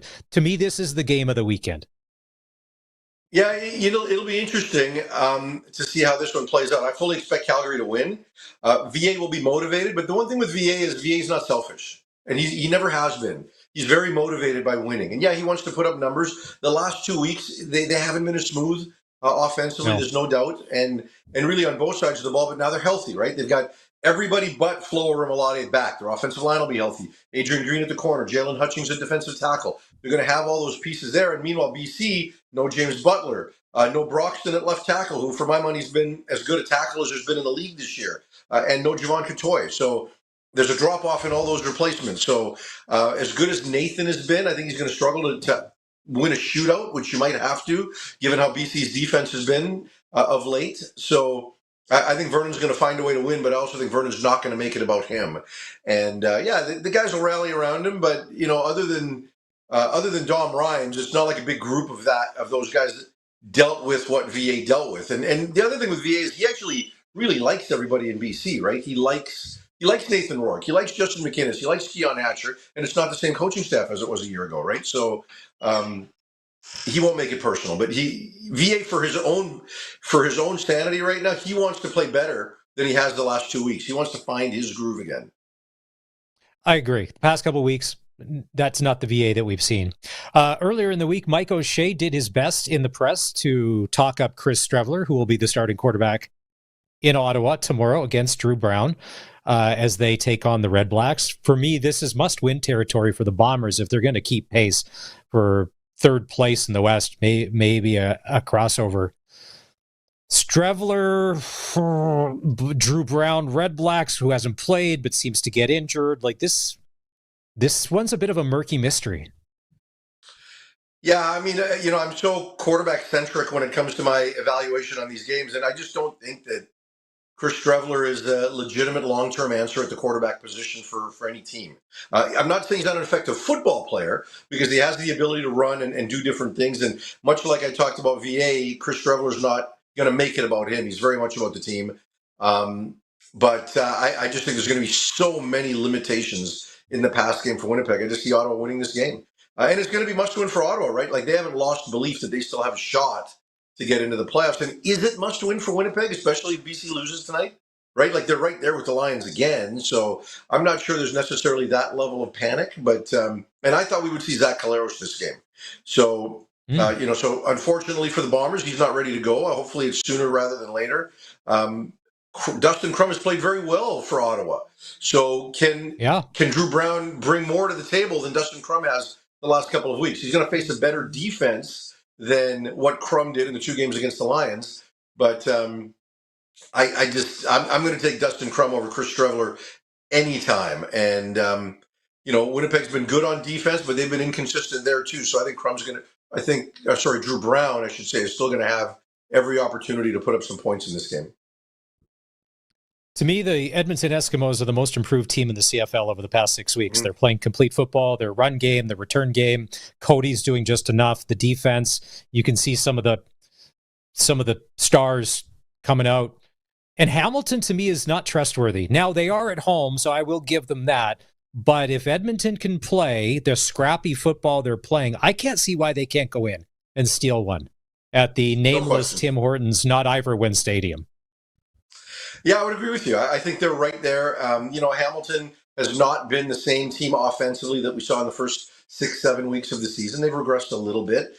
Kenny Lawler hasn't taken games over. It just isn't operating as smoothly as it once did. I totally agree with you, Maz. I think Edmonton can go in there. They are the most improved team in the league. They're slowly getting some pieces back. Jared Brinkman's coming back this week, and I think Nick Anderson is close. So they're slowly making their way back to full health on that side of the ball, and I like what Cody's been doing, right? So I absolutely think he can find a way to go in there and win this game. I'm picking Hamilton to win, but it's a 5.5 point spread, so I've got Edmonton covering. All right. We'll let you get to dad duties, and it's the Linden Lions, correct? Is that it? That's our team we're cheering for? There you go, Linden Lions. Keep an eye on it. All right, we're all Linden Lion fans tonight here on the Sports Cage. All right. Have a great weekend. We'll catch up with you next week. That's Farhan Lalji from TSN, who joins us every week. It's brought to you by the Cooperators. Time to take a break here on the Sports Cage. When we come back, Dave Thomas in a conversation with Brad Gushue, who is retiring from competitive curling, and we'll find out why. We'll do that next. It's the Sports Cage on the home of local sports in Saskatchewan, 620 CKRM. 620 CKRM is your home to country's greatest hits and the 90s at 9. 1 full hour featuring the biggest hits of the 90s. Garth, Reba, Alan, Shania, George, and so much more. No cassette tape or CDs required, and 90s mullets are optional. 90s at 9 for the town of Wolseley and the voice of Saskatchewan. 620 CKRM. The Regina Thunder NFL Lottery is back, and tickets are available now. Each $20 ticket gets you the chance to win up to $500 each week of the NFL season. That's 18 chances to win. Tickets are available until October 6th, and you can still win for the weeks already played. No football knowledge needed. Proceeds support the Regina Thunder Student Athlete Scholarship Fund and team operations. Get your tickets at ReginaThunderNFLLottery.com. Lottery license RR240660. Hey, let's hit up Pump Jack's Cathedral. Pump? You talking about my basketball shoes? No, Pump Jack's Cathedral. Who? Pump Jack's Cathedral Saloon and Steakhouse. They're open now. They've got a large selection of local draft and food and drink specials. Kids are allowed until 8. There's live entertainment every weekend. Let's go. I'm pumped. On the corner of Albert and 13th, Pump Jack's Cathedral Saloon and Steakhouse. Come early, stay late. The place where friends meet. What's going on in the markets? When is the right time to invest? What should you do with your money today? When Margaret had questions, she talked to Brian Golly. We have been with Brian right from when the tax-free savings account came into being. He gave us very solid advice. You don't have to plan your financial future alone. Call Brian Golly of Smart Investing Solutions. 306-546-2533. I would not hesitate to recommend him to friend, relative, or anybody else. Nelson Homes is having a summer blowout sale on quick possession homes that you don't want to miss out on. Get free delivery anywhere in Saskatchewan on select in-stock show homes and spec home RTMs. For more information, visit their website, homes.nlc.ca. Or for general information, call 1-800-661-6534. That's the Nelson Homes Summer Blowout Sale. Nelson Homes, trusted quality and service since 1949. The Sports Cage Clutch Performer for Nick's Service in Emerald Park. Your local Massey Ferguson Challenger, Rogator, Gleaner, and Fendt dealer. Call 781-1077. We could probably do this every day, especially every weekend. Our clutch performers are the volunteers that make sports tick in this fine province we call home. Hey, how about everybody involved on the volunteer committee at the Beachy Western Days Indoor Rodeo? Kicks off tonight. Rodeo is actually tomorrow and Sunday. Tonight it's just about drinking and dancing. Oh, there's nothing like a good small town rodeo. It's the 55th annual in Beachy. And also, hey, to everybody, University of Saskatchewan Fall Rodeo, they brought this back. It's going to be tomorrow and Sunday at the Delisle Rodeo Grounds. It's the revival of intercollegiate rodeo. With teams competing against each other, performances will go, including tomorrow night at 6:30. That's your clutch performer for Nick's Service. It's funny, as the weather's starting to turn, and it's beautiful weather, you couldn't ask for more when it comes to harvest. As we get closer to fall, it's technically still summer, I think for a few more days, but the kids are getting signed up. the hockey, the ringette, the football's going, and it's curling season. I mean, our kids have already been to one curling camp. God, have you bought a curling broom lately? How about 2 of them? And sliders? Oof, those are cheap. Inflation even hit the curling supply store. Man, oh man.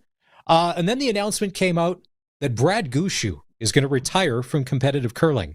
And our Dave Thomas had a chance to catch up with Brad and talk to him all about that. So pleased to be joined on the line by the quitter, curling legend Brad Gushue, who announced his retirement yesterday. Brad, thanks for doing this. Why was now the right time to make the decision? I think for me, as I said yesterday in one of the interviews, you weigh the pros and the cons. And the pros are obviously hanging out with your teammates, playing big events, getting the practice. Like, I still love the game. It's all the other stuff that, over time it starts to go, tip in the other direction. The training, the time in the airport, the time away from your family and friends. And really that's what it comes down to. But there's also a part of me that, I am 45, so I'm not young, but I feel like I'm young enough that if I wanted to try something different, I still have some time to excel at that. So that's really what, made this decision, come as early as it has and this early in the season. But I'm looking forward to it. I still love to curl. I still love to compete. And certainly when March or April comes and we're done, that's the thing I'm going to miss the most. So I'm sure you've been hounded over the last 24 hours. What's next for Brad Gushue? I'm not 100% sure. I think that's kind of gives me enough confidence to know that this decision is the right one for me and it's the right time to do it, because I don't have a fallback plan or a plan B. I literally am just making this decision and going to focus on the season. I think once we get to the end of the season, then obviously I'll start thinking about what comes next. But I do want to stay involved in the sport in some way. I'd love to maybe play mixed doubles with my daughters if my body holds up, maybe get involved with coaching them or in some other aspect of curling. It's a love that I've had since I was 13 years old. So I don't want to get away from the game completely. So I do want to stay involved, but I also have a bit of a hunger to try something new and to explore other things as well. So, the door is wide open, but I have no plans. And as someone that's a big planner, I could tell you what, it scares the crap out of me and gives me stress. But, I'm going to embrace it and really just focus on the trials and then the Brier and then shift the focus to whatever comes next. If you look at all the accomplishments in your career, it's hard to overlook 2017 and that Brier victory as a turning point. What did that mean to you and the team? Well, certainly that kind of opened the floodgates for us. I think up to 2017, the Brier was a bit of a monkey on our back in an event that we couldn't seem to win when I think we were good enough to win for several years. And then to pull it off at home with all the pressure that we felt and all of the support that we had, I think we made the most difficult setting or we won in the most difficult setting that we could have for the Brier, for us anyway. And, once we were able to achieve that, the rest of the Briers became much easier. But, I do believe the Brier this year is going to be a difficult one. Obviously, the teams we're going to compete against are going to be difficult. But I think, as Mark alluded to, the emotion that we're going to feel now that it's going to be the last one for me. And to do it at home, that's going to be a pretty tough one. But I can assure you we're going to plan as much as we can and do whatever we can to make sure that we're prepared for that emotion and what we're going to feel. But I'm also excited about it too. So now that you've announced your retirement, do you approach this year any different than any other year in the past, Brad Gushue? No, no changes in the approach. I think, I've probably come into the season more fit than I have in a number of years. I've worked my tail off. I know the guys have worked real hard. We've had a couple training camps already, which I think have went really well. And we've got a number of training camps now leading up to the trials and obviously the Brier.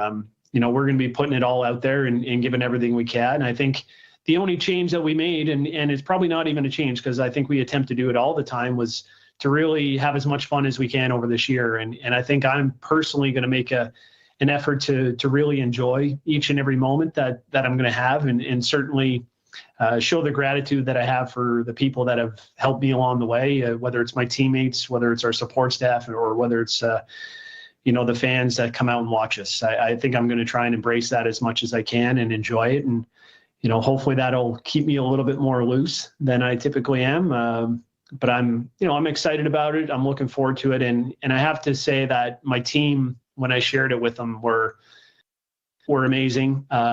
They were extremely kind, very empathetic to what I was going through. And I couldn't have asked for a better response for them. And certainly the support that they give me over the last week has meant a lot to me. Why decide to announce now prior to the season as opposed to maybe at the end of the year? Well, I think, I'll answer that by going back to last year where I felt I knew. I not kind of kept it to myself. I did keep it to myself. I didn't share the feelings that I had with anybody. And I struggled last year with the motivation, with the drive. And, I think my teammates knew that. I think our coach knew that. And certainly when I got to that 100% point, if I know, it's just as well to let everybody else know. And my hope is by sharing it with everybody, it's going to take a burden off me. And to be honest, waking up this morning now with everybody knowing, I do feel better. I'll find the motivation. I know it's the last year. I know I have that drive and I'm more excited today than I was yesterday about the season. So certainly I think sharing it and taking that burden off my chest is going to allow me to find that motivation, that drive that I probably lacked at certain points last season. You look at the list of accomplishments that you have over your career. Are there any memorable shots or instances that perhaps stand out? Shots and moments. There's two shots that kind of stand out for me. And one was in the 2005 trials. I made a draw to the pinhole against Jay Peachy in I believe our second last round robin game. And it was down the side of the sheet that we hadn't played in 3 or 4 ends. So we were guessing at the weight. And I threw it and I could see the guys sweeping it on and off. And they swept it to absolute perfection and put it right on the pin. And I didn't know if it was covering the pin or not because we had such a tight space to get it in. I just remember my reaction was kind of like, did we win? And then they said we won, and I just kind of did one of these. So it was a very awkward fist pump. And then the other one that really stands out to me, and it gets shown a lot on the top 50 shots. I made a shot to beat Kevin Cooey in, I think, the 2015 Brier that I'm not convinced we thought was there, but it worked out and we got a rock going kind of back up the sheet. And that was a pretty cool shot as well. Obviously the shots to win the Briers and stuff are in there, but those, as far as actual, big shots, were probably two of the best shots that I've ever made. It's amazing when you consider that this has been a quarter century of curling, Brad Gushue, for you and your team. What are you most proud of? What am I most proud of? I think it is probably the quarter century, just the longevity, the fact that we've been able to stay at or near the top of the game for such a long time and keep that motivation at the level that it has and go through how the game has evolved over the last 25 years. I think that's something that I'm very proud of. And I think that's something that's hard to achieve. Yeah, I think that's probably what I'll go with. This question may be under the premature category, but you undoubtedly are going to be leaving a legacy behind, and you have a chance to cement that, I would submit, this season. So when you look in terms of your legacy and the name Brad Gushue, what do you want fans, your fellow competitors, your teammates, what do you want them to think of? Oh, that's a tough question. I'm not 100% sure. Off the top of my head, if I had to answer that, I want to be known as a good teammate. I want to be known as a good friend. All the other stuff, the accolades and stuff are great. I'm not too worried about it. If I win a 7th Brier, it's not going to change how people feel about me. If I win another Olympic gold medal, it's not going to change how people feel about me. It's the other side. Ideally, a good father, good teammate, good friend. I do need to ask you a question on behalf of the entire province of Saskatchewan, as when our text line hasn't been hopping over the secondary's performance against Montreal last week for the Saskatchewan Roughriders. The next question is, will Brad Gushue be coming to Saskatoon in December? I would say right now that's the intentions. I think depending on how Halifax goes in the trials, obviously we're going to be making adjustments to our schedule one way or the other. But the Grand Slams are great events, and obviously getting to Saskatchewan is, it's next to playing in Newfoundland is one of the best provinces to play in because you guys it's curling country out there, and you support the events as well as anybody. So I would say, very high likelihood we'll be there. But I can't say 100% at this point just because we don't know how the trials are going to turn out. Thank you very much. And if you can cover a receiver, you'll make the entire province's day. I'm not sure I could do that. You haven't seen me run. That's why I went to curling, because I'm not the fastest runner. Brad Gushue, hanging him up professionally. I think curling is one of those things. When it's in your blood, it's always in your blood. I think you'll always do. But one thing I do know, when Dave asked him, if you come to Saskatchewan, Brad, I'm pretty sure no matter where you go in Saskatchewan, you won't pay for a drink when you get to the bar. Somebody will probably buy the first and the 10th round, if there is one. That's on us, because you know what? It's been a pleasure to watch. Time to take another break here on the Sports Cage. I think he called himself Kurt Gam earlier in the show. Kurt Gam was out last night with the drone and a camera. It was harvest. Like we were all over the place. Sports Cage, 620 CKRM. There was Saskatchewan Roughrider royalty there. We'll give you a peek into what we were up to last night. We'll do that next. This is the home of local sports in Saskatchewan, 620 CKRM. Freeze Tallman wants you to get her done before the winter. They can save you time and hassle by delivering your building materials directly to your home or cottage. They have siding, roofing, brown-treated lumber, composite decking, aluminum railing, fencing, everything you need to finish your outdoor building projects before snow falls. Visit freezetallman.com or see them in Regina or Fort Capel. Freeze Tallman. Let's get you building. Hey, let's hit up Pump Jack's Cathedral. Pump? You talking about my basketball shoes? No, Pump Jack's Cathedral. Who? Pump Jack's Cathedral Saloon and Steakhouse. They're open now. They've got a large selection of local draft and food and drink specials. Kids are allowed until 8. There's live entertainment every weekend. Let's go. I'm pumped. On the corner of Albert and 13th, Pump Jack's Cathedral Saloon and Steakhouse. Come early, stay late. The place where friends meet. This fall, over 1,700 kids are hitting the turf with 275 coaches and 40 officials. It's Regina Youth Flag Football, lining up the rugby fields every Saturday and Sunday. And new this year, introducing the Elite Female Flag League, taking the game to the next level. Catch the excitement before it wraps. The final weekend is September 27th and 28th. The Sports Cage and SGI Canada are proud to support the Regina Youth Flag Football League. Regina Youth Flag Football, where future stars play today. Nelson Homes is having a summer blowout sale on quick possession homes that you don't want to miss out on. Get free delivery anywhere in Saskatchewan on select in-stock show homes and spec home RTMs. For more information, visit their website, homes.nlc.ca. Or for general information, call 1-800-661-6534. That's the Nelson Homes Summer Blowout Sale. Nelson Homes, trusted quality and service since 1949. It's time for the Sports Ticker, brought to you by Extreme Hockey and Sports, Regina's locally owned one-stop hockey shop. Now with a price match guarantee. 1425 McIntyre Street. The Regina Rams are the number 5 team in the country when it comes to university football, and tonight they're in Saskatoon to take on the Huskies. Every game's important. This one is even more important. Kickoff tonight at Griffith Stadium goes to 7 o'clock, and you can actually stream the game on our CKRM website starting at 6:45. CFL tonight, doubleheader, Montreal at Toronto. That will get going here in about 15 minutes' time, and then the Lions are in Calgary to take on the Stampeders. That's a big game. Blue Jays in Kansas City to take on the Royals. They'll start a series there. First pitch around 5:30. Western Hockey League tonight. The Regina Pats are in Swift Current to take on the Broncos. You can hear the game right here on 620 CKRM. Pats hockey starts at 6:30. Pre-game show, face-off 7 o'clock.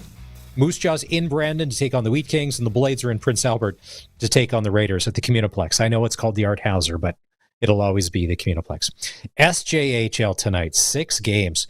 LaRange at Flin Flon, Yorkton at Weyburn, Estevan at Melville, Humboldt at Warman, Kindersley at the Battlefords, and the Nipawin Hawks are in Melfort to take on the Mustangs. And in the preseason polls, the Mustangs picked once again to be the team to beat in the Saskatchewan Junior Hockey League. Oh, and don't forget, the Saskatchewan Sports Hall of Fame is having an open house and autograph session tomorrow from 1:30 until 2:30 with its 2025 inductees at the Hall on Victoria Avenue. Tomorrow night, they have their big induction dinner. And it's a star-studded lineup if you're going to drop by. Best part about the sports hall, it's free to get in. You can take the kids if you want. It's Maz doing the sports cage today for Barney, along with one of the double C's. Curtis, there he is. So we were all over the place yesterday. Literally and figuratively. We were all over the map. You heard the show is all over the place. You were on a road trip. 620 CKRM. What have we been doing this for 3 decades? The country cookout. When people are either seeding or harvesting, we go show up on the farm, bring the food, the entertainment, the personality, turn it into a bit of a party, give everybody a little break from the action. Yeah. And last night, where did you guys end up? We ended up in just kind of like in the Richardson area. We went to the Sloan farm and we're hanging out. And we had some friends from the Riders come. So we had like Craig and Cliver and like Nick Mazurek and all that jazz. And we also had Roland Milligan Jr. come and and Malik Carney. And we're hanging out on the farm and just kind of doing our thing. Like the country cookouts are kind of a cool thing to go to, where we bring we bring some food from Nikki's Cafe on the stream right now. There's some shots of it, but do we have the picture here? Because when I saw this, I'm like, all right, there is a picture of everybody, the family involved, and some people from the radio station, and then the riders. And on the very left-hand side of the picture, you see Malik Carney, and look at the size difference between Malik Carney and everybody else. I mean, everybody looks big in football equipment. You see him at the stadium, you see him on TV. But if you see this picture, he's a giant. He's towering over everybody. Yeah, and if you think he looks big there, you gotta pull up the picture of him beside Gloria. Gloria Evans. Yeah, Gloria's. If you've ever met Gloria, she's pretty short, but love Gloria. Now, Curtis, when you show up on a farm, I had an Uncle Carl, and it's funny. We're raised in different eras because I'm twice as old as you. So back then, adults could say whatever they want to kids, nieces, nephews. So I had an Uncle Carl, and he just said, yeah, whenever anything manual, like farm, anything, you got delicate hands. You could never do this. To me, if someone would have said to you, I would peg you, you're in the delicate hands category. When you show up on a farm, no one mistakes you for the hired help for the summer. All right. That's tossing bales and, moving grain. All right. Moving augers. All right. That's not you. It's not me. Don't take offense. Just saying. Yeah. Not me anymore. I'm more of an IT guy nowadays. Right, Maz? Oh, okay. So, Kurt Gam here, Curtis, one of his things outside of doing this, he has to handle some of the IT. Everywhere you work, there's an IT department. And in the past, would you say it's the past 10 years, Curtis, that ever since the introduction of ticket or ticketing, the IT department does not lift a finger until you submit a ticket. Now, for us normal people, this sucks. I could phone you. Hey, Curtis, can you come down? And I'm probably, no, you submit a ticket. So I had to submit a ticket to somewhere, but yet I'm 2 feet away from you and you will not lift a finger. Yeah. Play this video. I saw this video today. I thought this is perfect. 4 most important things about being an IT professional. You ready for this? Did you submit a ticket? Is it plugged in? Did you clear your cache? Did you try restarting it? Yes! It's 90% of the job, people. But the fact that you will not engage, and then we have meetings about we need to be better to each other as people and come together, and we miss all of that. But then we have this rule where you're 2 feet away from me. I have a problem. You don't have a ticket, so you just put your hands up like, not my problem. Okay. Until the ticket department says something. In the defense of the IT professionals out there, anyone that may or may not be listening, I'd hammer the under of people that listen that are in IT on the show, but that's okay. I digress. You think? You think?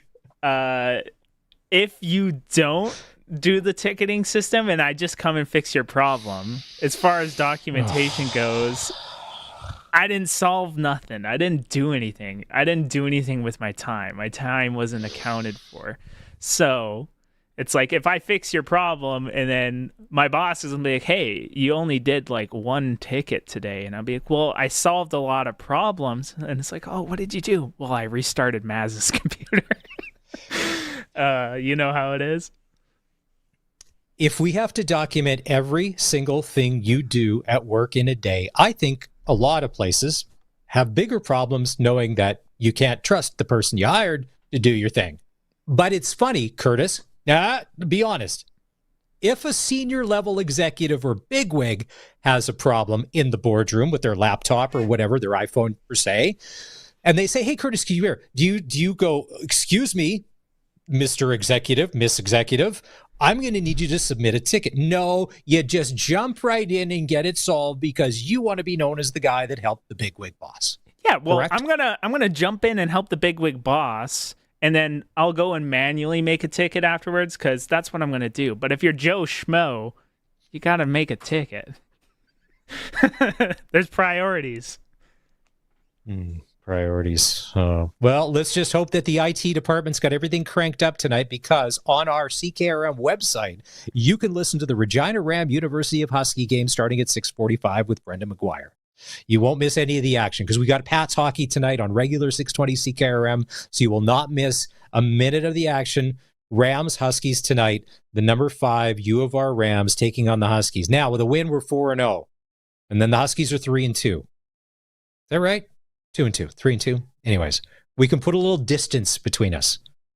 This is a big game, especially on the road. Wow. So yeah, you can stream the game on the CKRM website starting at 6:45. We'll have kickoff at 7. And then when it comes to Regina Pats hockey, they're in Swift Current tonight to take on the Broncos. Pre-game show starts at 6:30. Face-off at 7 right here on 620 CKRM and on our CKRM app. Time to take another break. Final hour of the show coming up. Next, Dave Thomas, voice of the Riders. I would love to know how many times he got asked in the last 6 days, hey, Dave, what happened last week? What happened against Montreal? And then we'll look ahead to the CFL this weekend. It's the Sportscage, home of IT professionals in Southern Saskatchewan on 620 CKRM. Regina Pats hockey. Partial breakaway, right side stops. He scores! Then at Dunlop Ford, Regina Pats hockey is back on your official voice of the Pats. 620 CKRM. Tune in to Puck Drop tonight at 7 when the Regina Pats take on the Swift Current Broncos at the Innovation Plex. Game day tickets are available now from the Pats box office. Don't miss a minute of the action.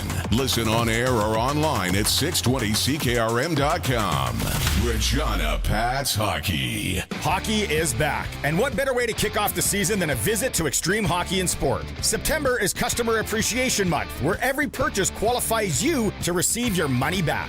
At month end, 2 lucky winners will win back their purchase. Size doesn't matter. Product doesn't matter. Extreme Hockey and Sport. Locally owned, community-oriented, customer-focused, and don't forget the price match guarantee. Extreme Hockey and Sport, 1425 McIntyre Street, and the Pro Shop, conveniently located at the Cooperator Center. Hey, let's hit up Pump Jack's Cathedral. Pump? You talking about my basketball shoes? No, Pump Jack's Cathedral. Who? Pump Jack's Cathedral Saloon and Steakhouse. They're open now. They've got a large selection of local draft and food and drink specials. Kids are allowed until 8. There's live entertainment every weekend. Let's go. I'm pumped. On the corner of Albert and 13th, Pub Jack's Cathedral Saloon and Steakhouse. Come early, stay late. The place where friends meet. No, not again. Not in my power bill. It's huge. Dan used to scream every month when he got his power bill. Then he got a Keln Solar residential solar system. Now, he powers his home and earns credits from SaskPower by sending energy back to the grid. I barely notice it now. It's so small, like a polite little bill. Get a quote on a Keln Solar residential solar system at kelnsolar.com. If you've got a Steelcraft garage door, you've got a door with parts manufactured and assembled right here in Canada. A door with better insulation and seal, plus a warranty you're probably never going to use. And if you don't have a Steelcraft garage door, you should get one. Don't just hang a door, install a Steelcraft. Turn curb appeal into curb envy. Steelcraft door, Steelcraft door, Steelcraft door. We offer more. Steel-craft.ca. Country Corner, brought to you by Municipal Hail Insurance. Proudly serving farmers. MunicipalHail.ca. Support the Regina Youth Flag Football League by watching some of their exciting action this fall. 1,700 kids taking part with all games at the rugby fields. That includes the new Female Elite League. The last weekend of games is September 27th and 28th. ReginaYouthFlagFootball.com.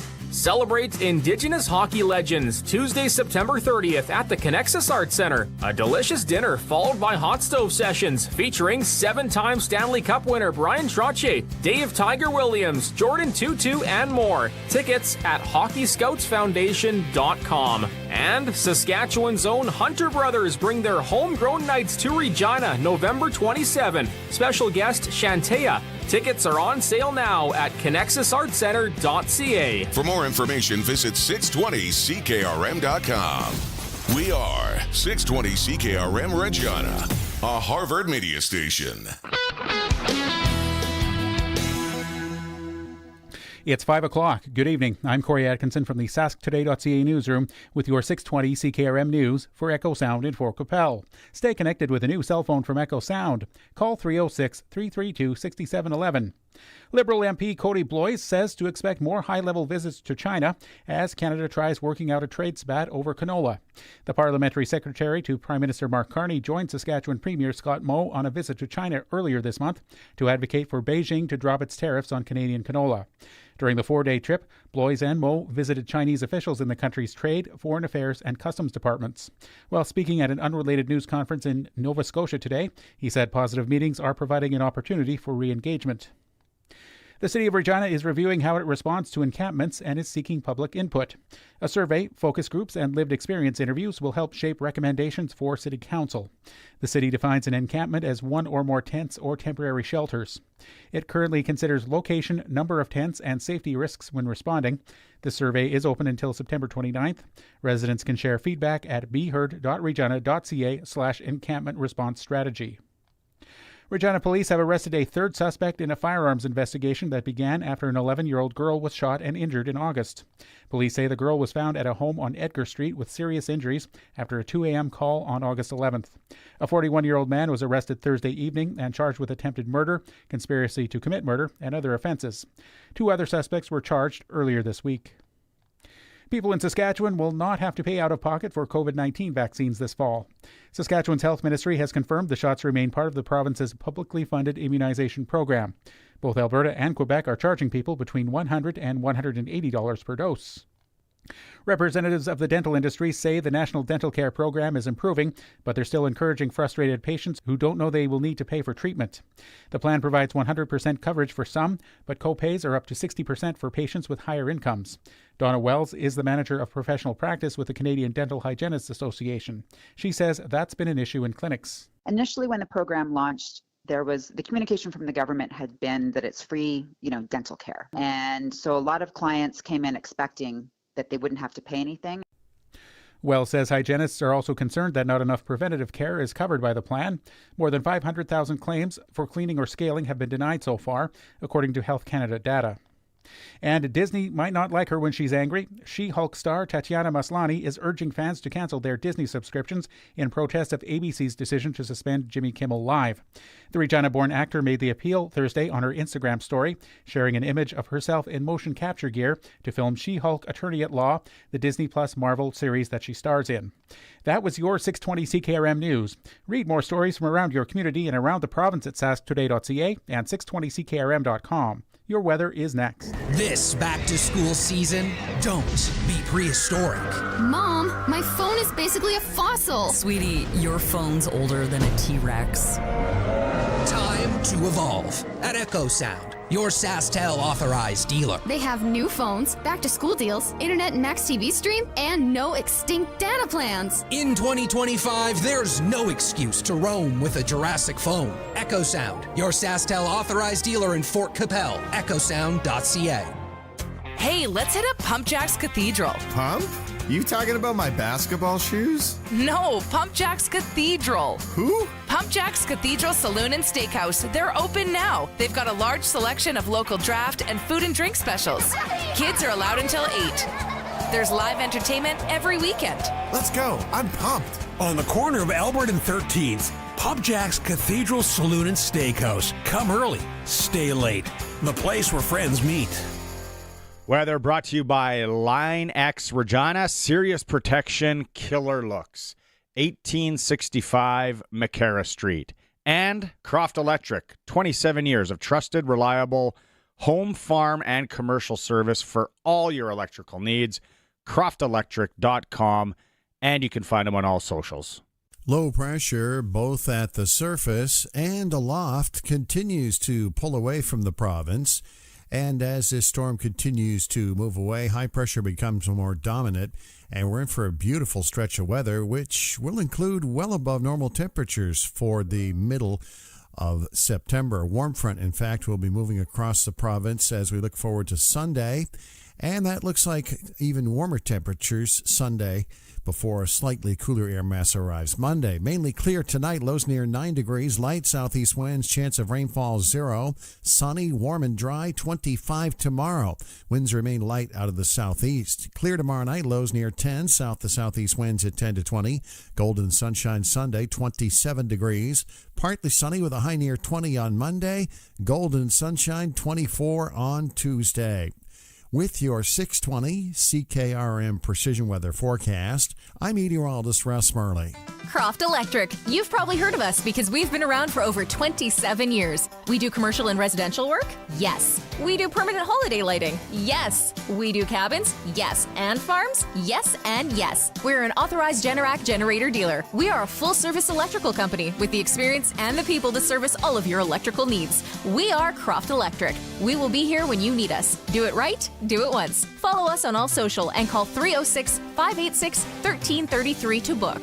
When you want the best for your truck, you want Line X. Your truck has withstood the harshest elements Saskatchewan has thrown at it. Rocks, gravel, rain, sleet, and snow, and left with no chips, no rust. Line X protective coating keeps your truck's bed liners, rocker panels, and bumpers looking like brand new. Don't settle for Brand X. Go with Line X. It's serious protection. Come see why everybody loves taking their truck to Line X Regina for their rocker panels, bumpers, and more. Line X. Make your truck complete. 1865 McCara Street.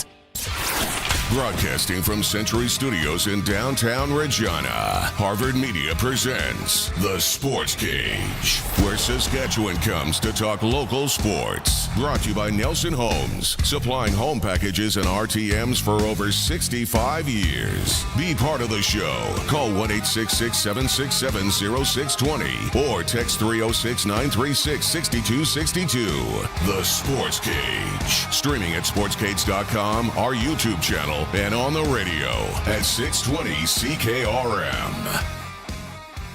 Final hour of the Sports Cage on this Friday. Thanks for being part of it. If you missed any segments of the show, you can always go back and listen on demand. Our Sports Cage podcasts are on Apple, Spotify, and Amazon, or you can just go get them at sportscage.com. It's Maz in for Barney today. Prairieland Rentals text line 306-936-6262. Thank you to everybody that has been texting in that is harvesting. Mike is doing canola by Speedy Creek. Thank you for the video, Mike. It's a good thing the premier of the province is making the trips, getting these canola farmers. We got to get paid some fair dollars. And also, let's see here. We got another one. Who is this? Jerry harvesting canola near Shaunavon as well. So thank you. Forecast looks good for the next 5-6 days.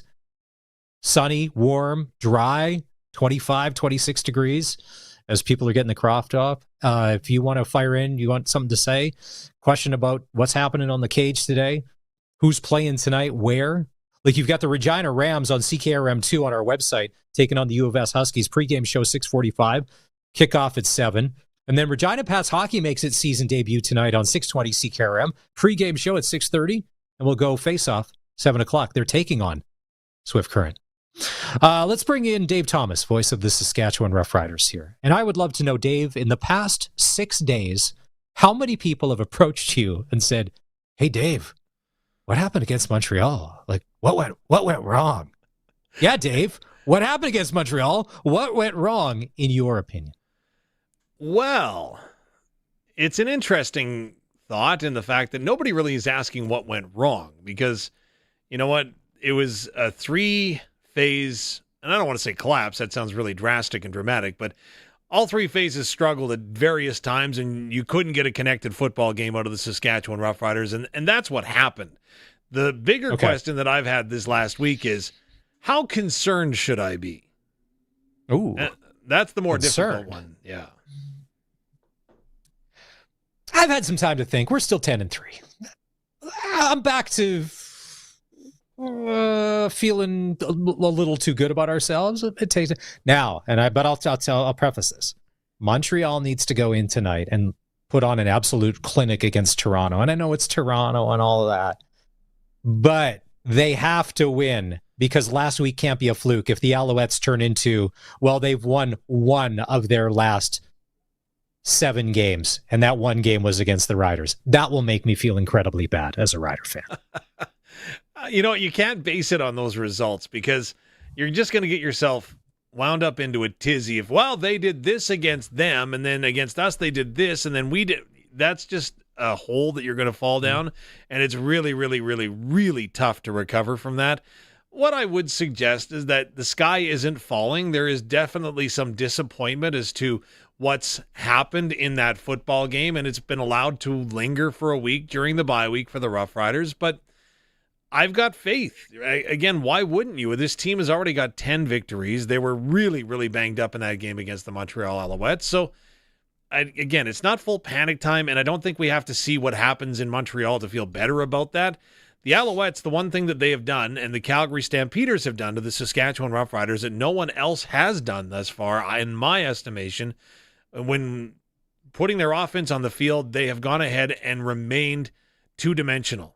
The Rough Rider defense, for the most part this season, right, has made their opponents one-dimensional. Best run defense in the league going into last week, and then Stevie Scott comes out of nowhere and has a great game. Yeah. Why does he have such a great game? Well, because Montreal committed to running the football. We're going to continue to run the football. Even if we don't go ahead and get 10, 12, 14-yard runs, we're going to stay with it. And a lot of teams haven't done so. If you look at the Winnipeg Blue Bombers, for example, in the Labor Day Classic, when you've got the reigning most outstanding player carrying the ball, touching the ball less than 10 times. So you got to tip your hat to the Montreal Alouettes. We'll see what happens in Toronto because I think it is going to be a heck of a fight at a tough place to play, whether you believe it or not.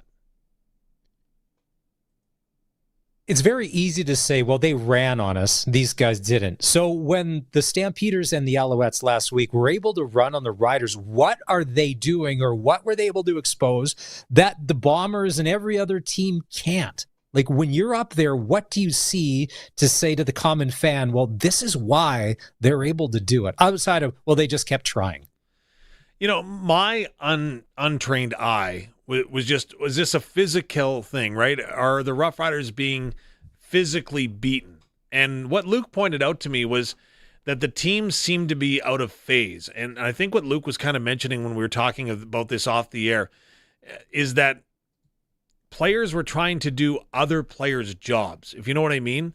So all of a sudden, oh my gosh, Montreal's starting to run the ball, so I'm going to have to go ahead and I'm going to have to cheat up a little bit, right? So in doing so, that's going to give the other team opportunities to make plays. But conversely, oh my gosh, they're starting to beat us deep. Well, everybody drops back into the deeper zone, then you throw the ball underneath, or you've got fewer players in the box. And that was kind of what I think Luke was alluding to when we were talking about it. And to me, it makes a lot of sense that, again, he consistently talks about the fact that if you play at a 7 out of 10, you got to be the best 7 out of 10 player that you are. You can't try to be a 10 out of 10er.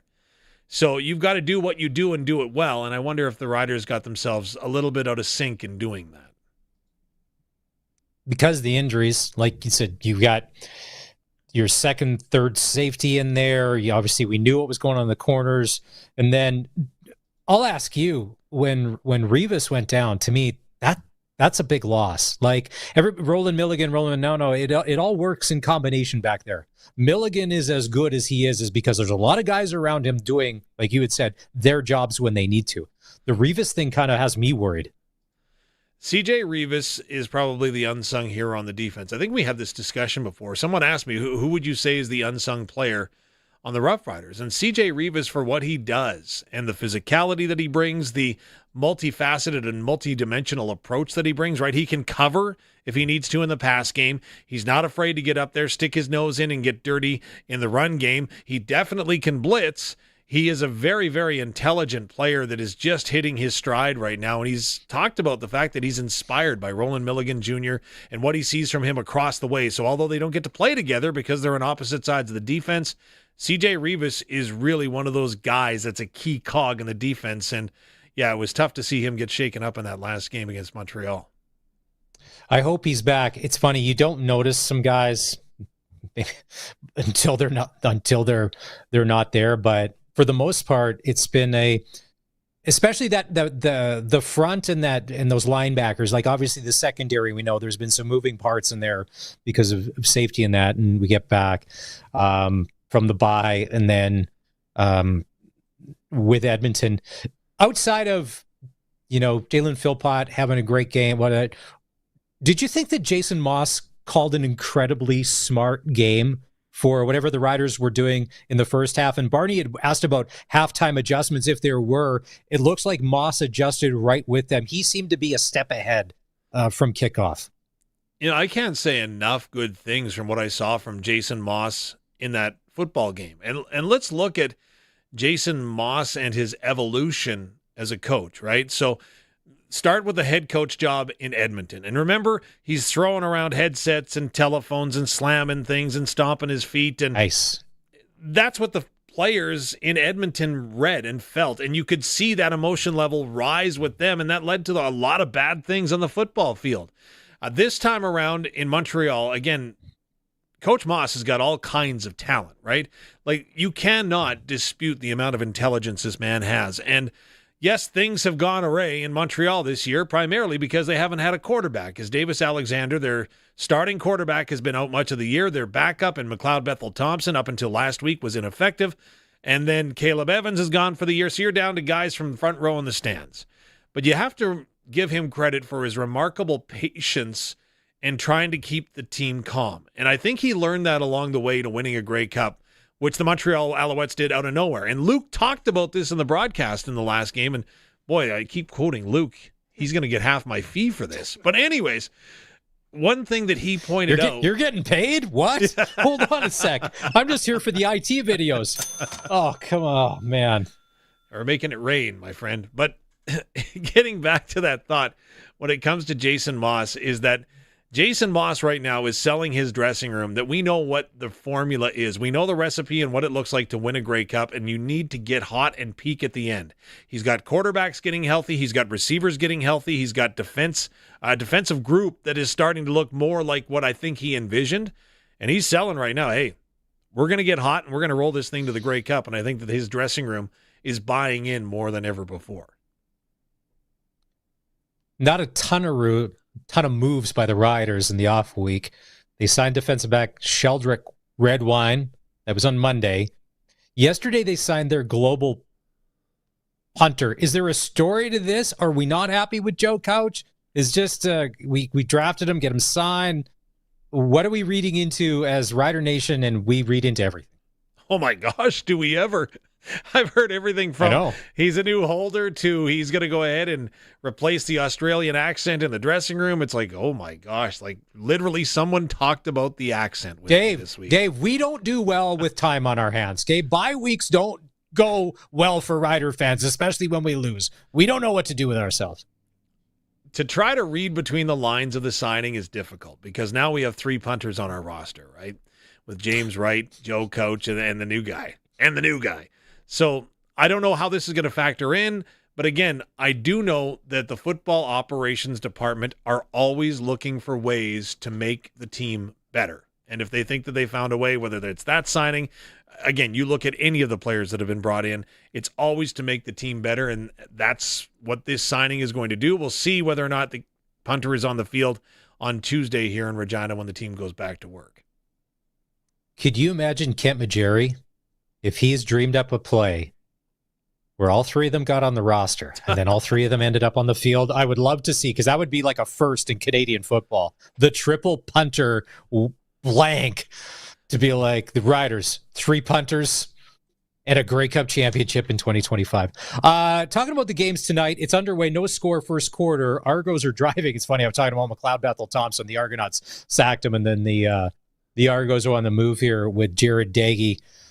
Do you think that Ryan Dinwiddie he's a good enough coach because he's had to do plug and play so much in the past 3 years because his roster gets raided, they have injuries, that he can get guys ready to play that maybe aren't ready for prime time because of who he is as a guy leading that football club?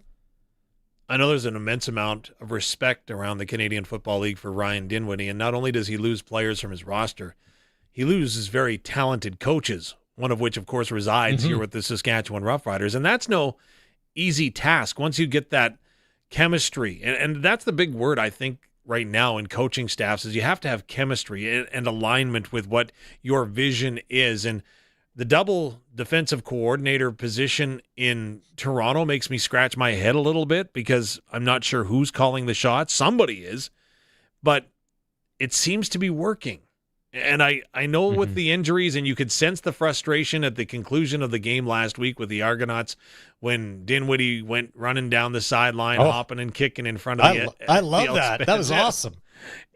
A show of emotion. Yeah, absolutely. And his team's fired up. And again, he knows how to win. And like I say, the amount of respect that I hear for him from others across the Canadian Football League leads you to believe that your conclusion is right when it comes down to him knowing his stuff, knowing how to get the most out of his athletes and put them in the right spots at the right time. I was having this conversation with a couple of, one more not-so Rider fan than me, and then someone who's a casual.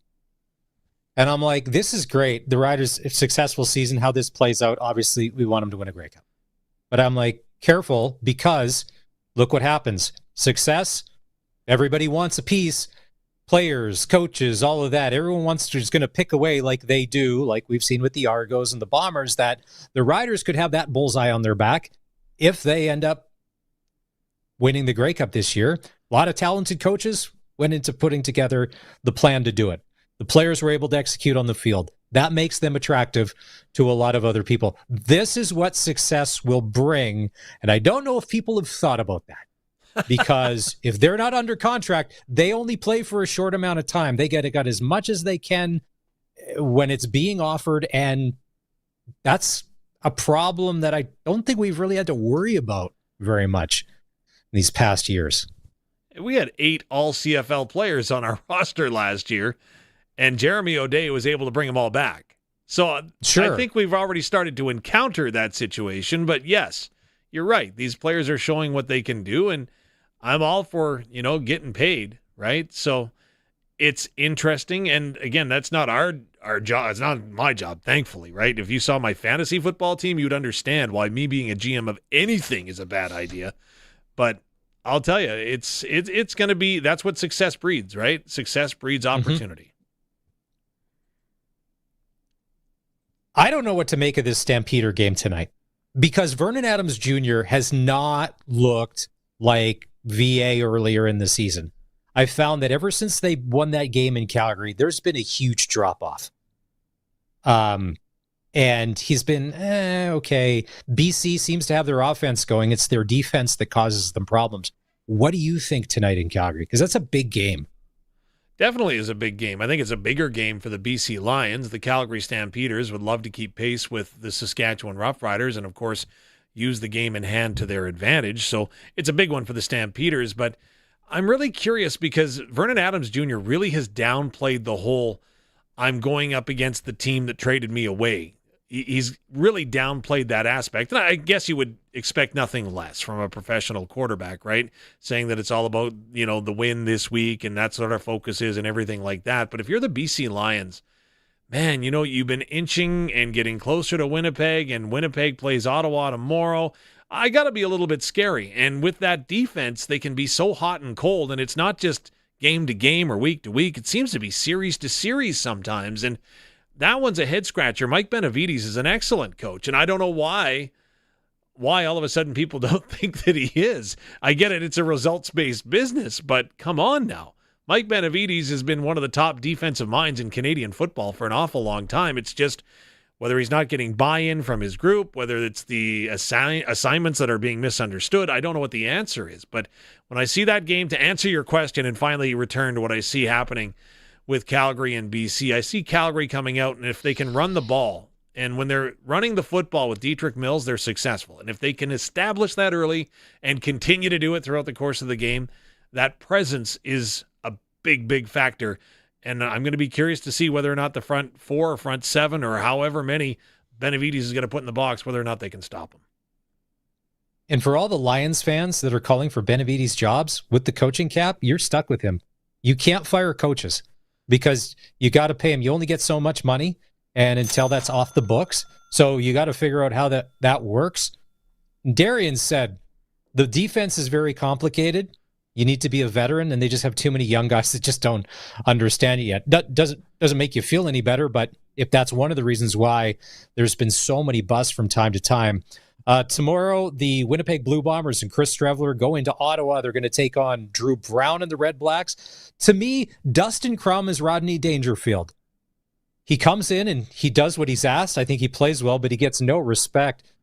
Farhan Lalji just made a point an hour ago. Does Drew Brown give you more than Dustin Crum with what we've seen out of him plays? Because you're getting a 100% effort. Guys all out, running, throwing. Drew Brown's been inconsistent at times and hurt at others. But he'll get the start. I would lean towards the hurt part more than the inconsistent part. But what I think that Drew Brown brings that Dustin Crum doesn't is confidence. I think the team absolutely believes in Drew Brown. I think Eugene Lewis, when he was deciding that he was going to sign with the Ottawa Red Blacks, knew in his mind that he was going to be having footballs thrown to him by Drew Brown, not Dustin Crum. And I think with Brown back in the huddle, Brown back commanding that offense, the confidence rises, and I think that that's gigantic. I remember that conversation that Barty had with Gino Lewis, and there was talk about the Riders or whatever. So you're telling me that you would have much rather had footballs thrown to you from Drew Brown than a Trevor Harris? Trevor Harris, who's got tens of thousands of yards thrown and touchdowns and completions. Oh, look, Gino. Come on, Gino. Really? No. I'm just saying that if the dollars were on the table, right? Okay. And athletes aren't dummies. They know the situation that they're signing into, where they're going to fall in on the depth chart, so on and so forth. And I'm sure that if Ottawa approached him with the same dollars and said, yeah, Dustin Crum is going to be our starter on day number one, he might have had a different consideration than what he would have had with Drew Brown. Again, Drew Brown has shown in spurts that he commands the offense, understands the defense, and can make receivers good. Because if you don't have a good quarterback, your receivers aren't that good either. I wonder if in that Bomber dressing room, because you see the frustration on a Nick Dembski's face, you see it on a Brady Oliveira's face. Willie Jefferson wears a shaded eye mask, so I can't tell his facial expression. But I wonder if they're at the point where these guys say, all right, enough is enough. We're doing this by committee. We're getting this done. Strav, you do what you do, and we're all in. Like, they got to take this over because there is no Zach Caleros back there helping them out, where this is kind of got to be because there are times when they have run that run package with Streveler and looked very creative in a run first pass option. So for anybody, I think that is just giving the Red Blacks the automatic W tomorrow, I think the Bombers, maybe pride's going to play into this because maybe they've had enough. Because if you look at Brady Oliveira's face last game, he don't look like a happy football player. I would suggest pride, experience, and savvy will be the three keys for the Winnipeg Blue Bombers. They've been there, they've done that, and now it's going to be on the coach to see whether or not, and I'm not just talking Mike O'Shea, I'm talking about the new offensive coordinator, even Jordan Younger, who I've got all the respect for too, right? Jordan Younger, you talked to Trevor Harris about him. The two of them were teammates at one point, but Trevor Harris says Jordan Younger is an amazing defensive mind. But you've got to go ahead with all the injuries that Winnipeg has, both sides of the ball, right? You've got to go ahead and you have to get the most out of your athletes, whomever the athletes are that are on the field. And right now, I think that the Winnipeg Blue Bombers are struggling a little bit in finding that sweet spot with Chris Strevler, right? We know he can run the run-pass option, but we also know that he can throw the football if it's in a certain situation. So I'm going to be very curious. That's what I'm watching. But again, I'm not counting Winnipeg out. I'm not counting BC out. Maybe I'm counting Edmonton out. But that's just a maybe. Whoa. Because Edmonton is the one team that scares me because we go there next after the bye. Mm-hmm. And Edmonton's playing decent football, run game, return game. Cody's just doing enough Cody to get them by. Like I say, he's a gamer. He'll scrap. He'll fight. They'll doing it. And the other thing too, Dave, they got nothing to lose. They got to lay it all out on the line, and to them, they're already playing playoff football. That's what worries me, is their carefree attitude of, all right, we got nothing else. Well, similar to the BC Lions, though, I'm not counting out their talent. I'm not saying anything about the football team. What I'm telling you is the numbers, right? Look at the season series and where they're at. Now, of course, they have split with Calgary, right? They did that split over the Labor Day weekend. So, okay, that looks a little bit better. But BC, for example, right? BC has already lost the season series to Winnipeg and Calgary. And again, Edmonton is starting to fall into that trap with where the season series are at and how things are going to go. They dug them a deep hole. I give them full credit for coming out of it and not giving up. But can you get out of that hole? Because you got to pass a lot of teams in the West, and the Eastern crossover isn't looking as cinched up as I would suggest that it was even 2 weeks ago. There probably won't be an Ed Hervey mea culpa anytime soon for how this thing started. All right, before we go, it's Friday. There's a lot going on. We'd like to maybe just go off the rails a little bit. Who do we have to give a birthday shout-out to here? What's going on? I know you've got obligations. No. We got a great Rider fan that is celebrating a birthday, and because we're on a bye week, can't put the message up on the Maxtron. So up in Saskatoon, Annette Stessick. Oh, here we go. I'm not going to sing, though. Curtis, could we have picked the slower version of Happy Birthday? Yeah, Annette? Curtis. Curtis. Wow. Anyways. Now, don't group text. I will group text you to be like, this is a bad choice for happy birthday. Annette Stessick up in Saskatoon getting set to cheer on the team in green tonight at the homecoming game at Griffith Stadium because she's got a running backs coach to watch. So Annette is celebrating a birthday. Have a very happy birthday. Hopefully you get some downtime. I know you're helping with your daughter Amanda and her 1-month-old. So a fun time for Annette up in the Bridge City. So Annette, have a very, very happy birthday today. It's one thing to get a birthday shout-out on the radio. It's another thing to get a birthday shout-out on the radio from the voice of the Saskatchewan Roughriders, Dave Thomas. Real quick. Nothing Monday. Team is back on the practice field Tuesday. Yeah, team will return to work on Tuesday, head to Edmonton on Friday, and then we play the Elks next Saturday. Ooh. Thank you very much, Dave Thomas, voice of the Saskatchewan Roughriders. Have a great weekend. All right, we got to take a break. It's a busy night. Oh, we got more texts coming in. Harvest continues. We'll get a harvest update, and we'll talk hockey. Western Hockey League starts tonight. Saskatchewan Junior Hockey League starts tonight. NHL preseason gets going. Did Connor McDavid sign? What? He signed a 25-year deal with the... No. There won't be any of that news coming soon. This is the Sportscage on the home of the Saskatchewan Roughriders, 620 CKRM. 620 CKRM is your home to country's greatest hits and the 90s at 9. 1 full hour featuring the biggest hits of the 90s. Garth, Reba, Alan, Shania, George, and so much more. No cassette tape or CDs required, and 90s mullets are optional.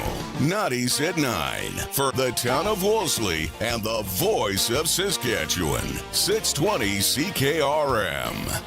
The Regina Thunder NFL Lottery is back, and tickets are available now. Each $20 ticket gets you the chance to win up to $500 each week of the NFL season. That's 18 chances to win. Tickets are available until October 6th, and you can still win for the weeks already played. No football knowledge needed. Proceeds support the Regina Thunder Student Athlete Scholarship Fund and team operations. Get your tickets at ReginaThunderNFLLottery.com. Lottery license RR240660. Sask Power is working to improve the power system in your area. In order to do their work safely, they need to shut the power off for customers in McTaggart, Colfax, Brightmoor, west to northwest of Weyburn to Colfax and area, and areas east of Yellowgrass and surrounding communities from 7 a.m. to 10 a.m., Sunday, September 21st, weather permitting. Again, the power will be out for 3 hours on Sunday, September 21st, from 7 a.m. to 10 a.m., for customers in McTaggart area. For updates on this outage, visit saskpower.com/outages. Freeze Tallman wants you to get her done before the winter. They can save you time and hassle by delivering your building materials directly to your home or cottage. They have siding, roofing, brown-treated lumber, composite decking, aluminum railing, fencing, everything you need to finish your outdoor building projects before snow falls. Visit freezetallman.com or see them in Regina or Fort Capel. Freeze Tallman. Let's get you building.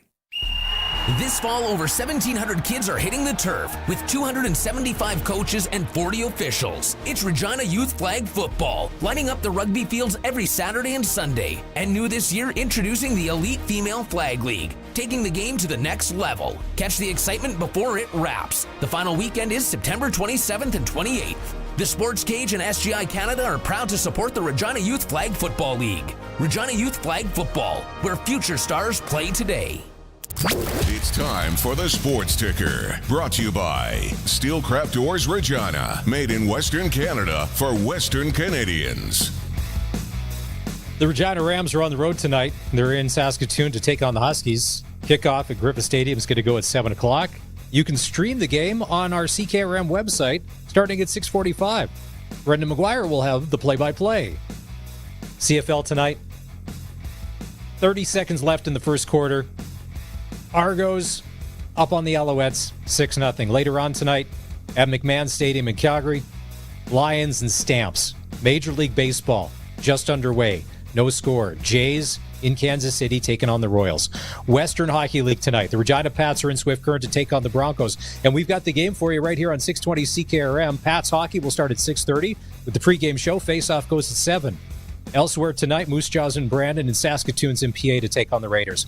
Saskatchewan Junior Hockey League tonight. There's 6 games to open their season. You've got Kindersley at the Battlefords, Nipawin in Melfort, Estevan at Melville, LaRange at Flin Flon, and Yorkton in Weyburn to take on the Red Wings.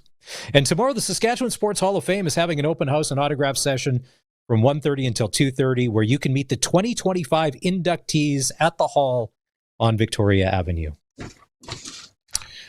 On the Prairieland Rentals text line, thank you. Bruce says he's hammering through wheat in Jansen, pardon me.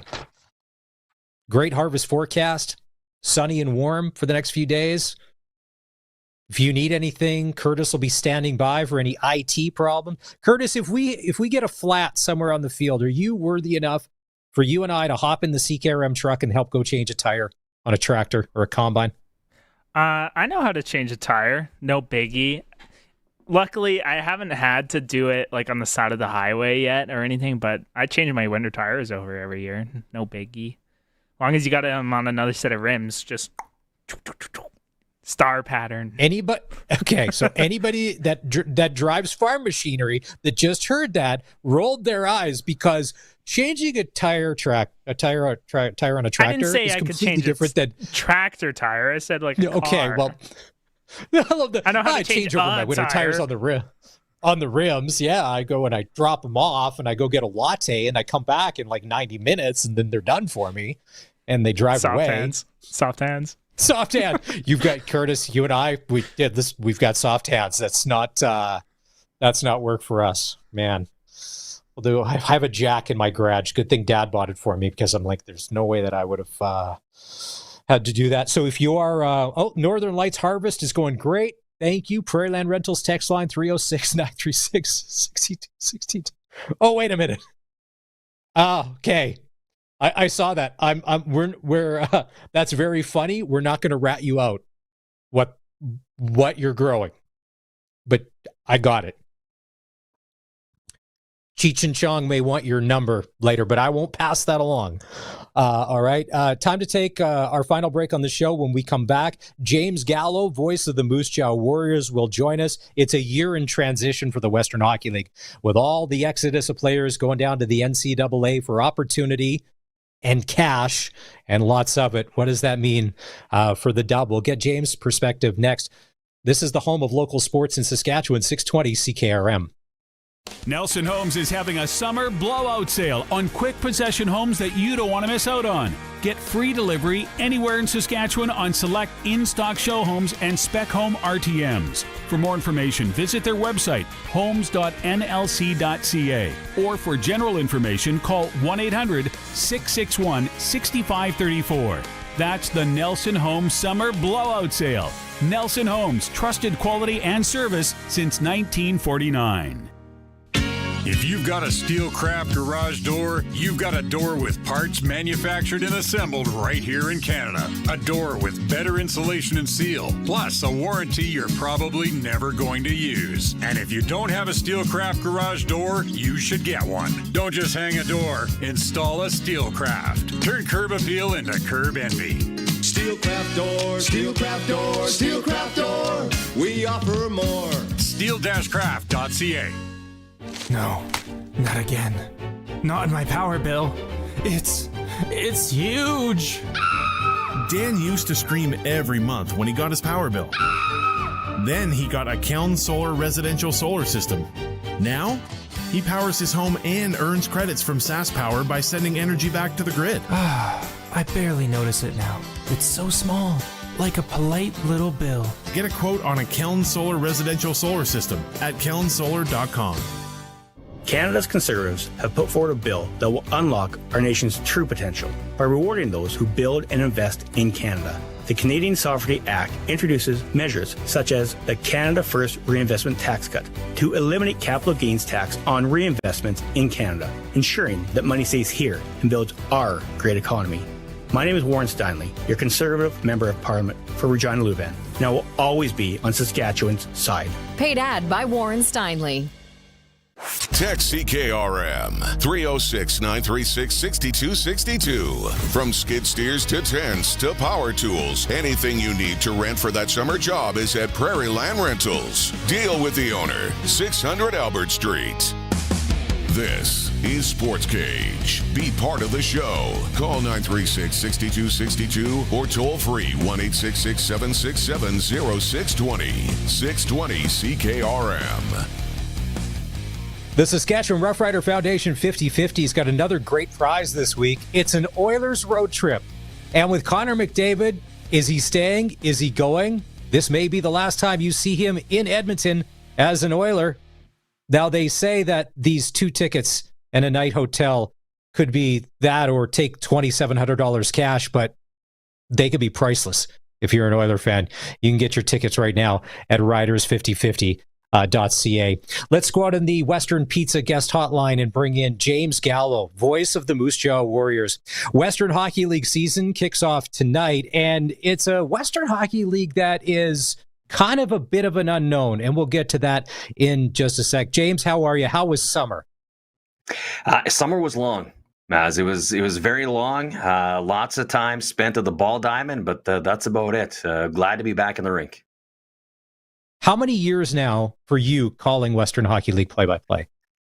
This is my 26th year on the broadcast, and it'll be my 20th year as the lead announcer. Wow. And you started back in the day with Rob Carney, correct? Yeah, my first year was Carnes' last year. So in that first year, I probably experienced more than anybody could ever imagine that they experienced, because that was the good old days, right? And then I had the pleasure to work with 2 other guys, and then 20 years later, it's been me. This is year 20 as the lead guy and 26 on the broadcast. I asked the other play-by-play guys this because there are long bus trips. There's some subpar food. There's late nights. There's early mornings. There's all of that. You have a life. You have a family. What keeps the juices flowing, making you say, all right, let's fire this thing up because it's time to get rolling? It is hard to get out of your system. It is a drug, and it is tough. I love it. I love it. There's nothing better than I enjoy than being around this organization and being around the Western Hockey League. I think my mind loves it. My body hates the bus. They call a spade a spade. It does not like the bus at all. But when you get to the rink on a game day and you kind of go through your routine, and then you get to the booth, and Derek Klutzel and I have been together for 20 years now, and to sit there and shoot the breeze with him and go through our routine for 20 years, and I've been lucky to call hockey games with one of my best friends, and what's better in life than doing that? So I'm still driving, still going. The Western Hockey League changed last year when the announcement was made that NCAA would be allowing players from the CHL to come. And at the start, there wasn't much, but then there's been the flurry. And we've seen the Gavin McKennas of the world go, and they're getting paid NIL money, and then a lot more have followed. How will this impact the Western Hockey League? We won't know. Maybe it'll show up tomorrow night. Maybe it's going to take a month, 3 months, 6 months, maybe a couple of years. Where do you fall in all of this? Now that the announcement was made, the players are gone, and rosters are set, league starts again tomorrow. I don't know. I think it's still an unknown, right? A lot of guys, as you had mentioned, decided to head down south. Roger McQueen, who the Warriors would have seen tonight in Brandon for the Wheat Kings, first round pick of the Anaheim Ducks. There's a lot of guys that made the trek down south. I think the thing right now is that just like in the Western Hockey League, those players that decided to go that route, each individual player is going to have a different experience. And until they get into their experiences, then word will spread whether it's a good experience or whether it's a bad experience, whether, it's something they would recommend or something they would say, maybe stay here. There's so many intangibles. I mean, I think we're back to where we were, in my opinion, where players just have to decide, what route they feel is best for them. And I just don't think it has settled yet. I think we need to go through maybe a year or two, and then maybe we'll find our new normal. What that new normal is, I'm not too sure, but I do think we will see some players back because they can come back at any point this season. I think that is a possibility. If that happens, that we'll ask them on their decision if they did that. Tyson Nash said in an interview last week with the Spit and Chickless guys, he said he thinks that this will make these CHL teams across Canada have to step up their game in a lot of ways, in not only player treatment facilities and everything that goes along with that these high-profile, rich American colleges have. And he used the example, the same monthly allowance or per diem he got 30 years ago as a Kamloops Blazer, his son was getting the same amount in Lethbridge 30 years later. And he said that has to change. Are you on board with that if it means that there has to be positive changes that make it more pro-player so it's better for them? I don't, with my role, I don't think I can talk to specific ideas that could change. I do think I have personal ideas that I think could change for the better. Again, those are decisions that need to be made. I think teams have stepped up. I can't speak for other teams. I can speak for the Moose Jaw Warriors and my time with it. The guys get treated really well. This is a great facility that we play in. The locker room facility is amazing. Even the visitor room, I can say, minus Calgary and Edmonton, show me a better visitors room than what we have here at Temple Garden Center. The fact that how we travel, we have probably one of the best travel schedules, if not the best travel schedule in the Western Hockey League. Our guys, they get treated pretty well. And you know what? That comes with a lot of hard work. It comes with a lot of communication. Our players have always had an open door policy to come in and talk to their head coach and talk to their general manager, to whether it's just to say, how's your day going? Or to talk about, life in general. And I think having those open doors of communication is a big thing for the player. It's a big thing for the parent. I think that's one thing on my side, how I treat my day-to-day operations and how I interact with the players is I have two girls at home, one approaching the age of these players. I am a father, so I understand that how I want to treat these guys the way that I would want one of my daughters to be treated if they were being billeted or if they were away somewhere else, going to school or, if they're playing sports, whether it may be. Again, things can change. Will they change? That's not a question for me. That's a question for guys maybe above, but it's probably conversations that will be had if they haven't already in the Western Hockey League. James Gallo, voice of the Moose Jaw Warriors, joins us on the Western Pizza Guest Hotline. Tonight, they'll kick off their regular season in Brandon.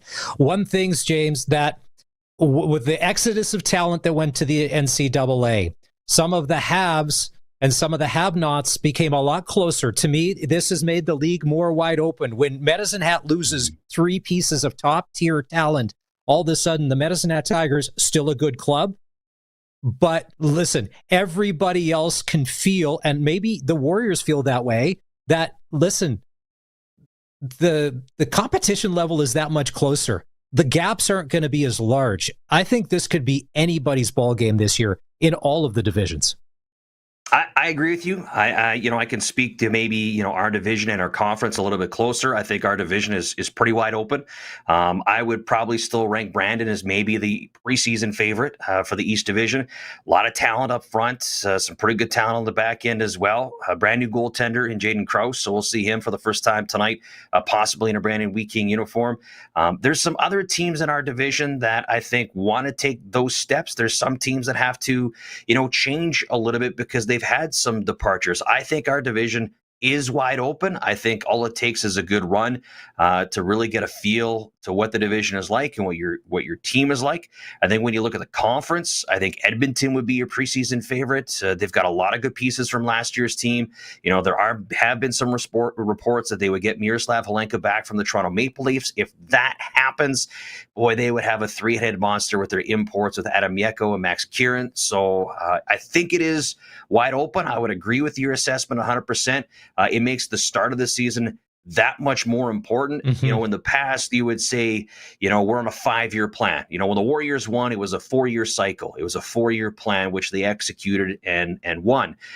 With the changes that have happened, maybe that plan is now a 2 or 3-year plan. You know what, Maz? It might be a 1-year plan. You might be, let's say you're 10-5 in your first 15 games, and maybe you've turned that to 15-5 in your first 20. You might just push all your chips in because you have no idea what next year is going to look like if the situation is still the same. So you might have teams that you thought would be sellers at some point this season turn into buyers, and you might have the vice versa as well. One thing's for sure, we know the Kelowna Rockets are going to be a good team by season's end, being the Memorial Cup hosts.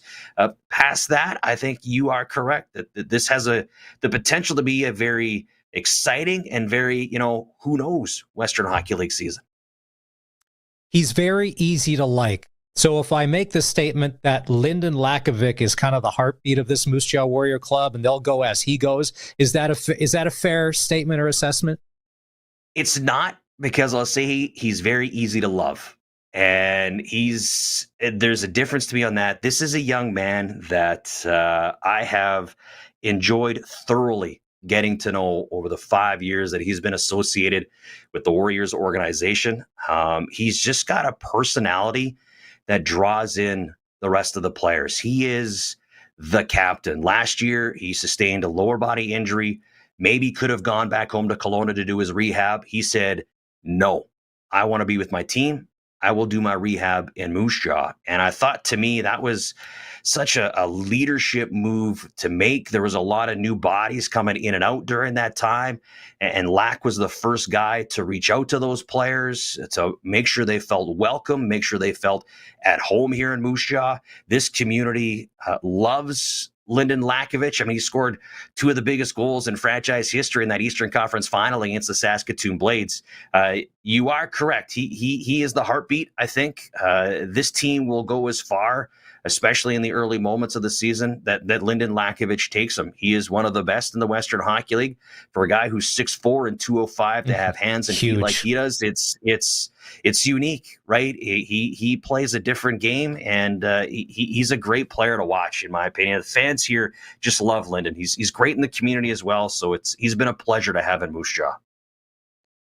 So Jason Ripplinger has assembled the squad. Mark O'Leary's the head coach. Now, for some people, like last year, there was the Lakovics and the Jaegers and the Youngers. There were the names.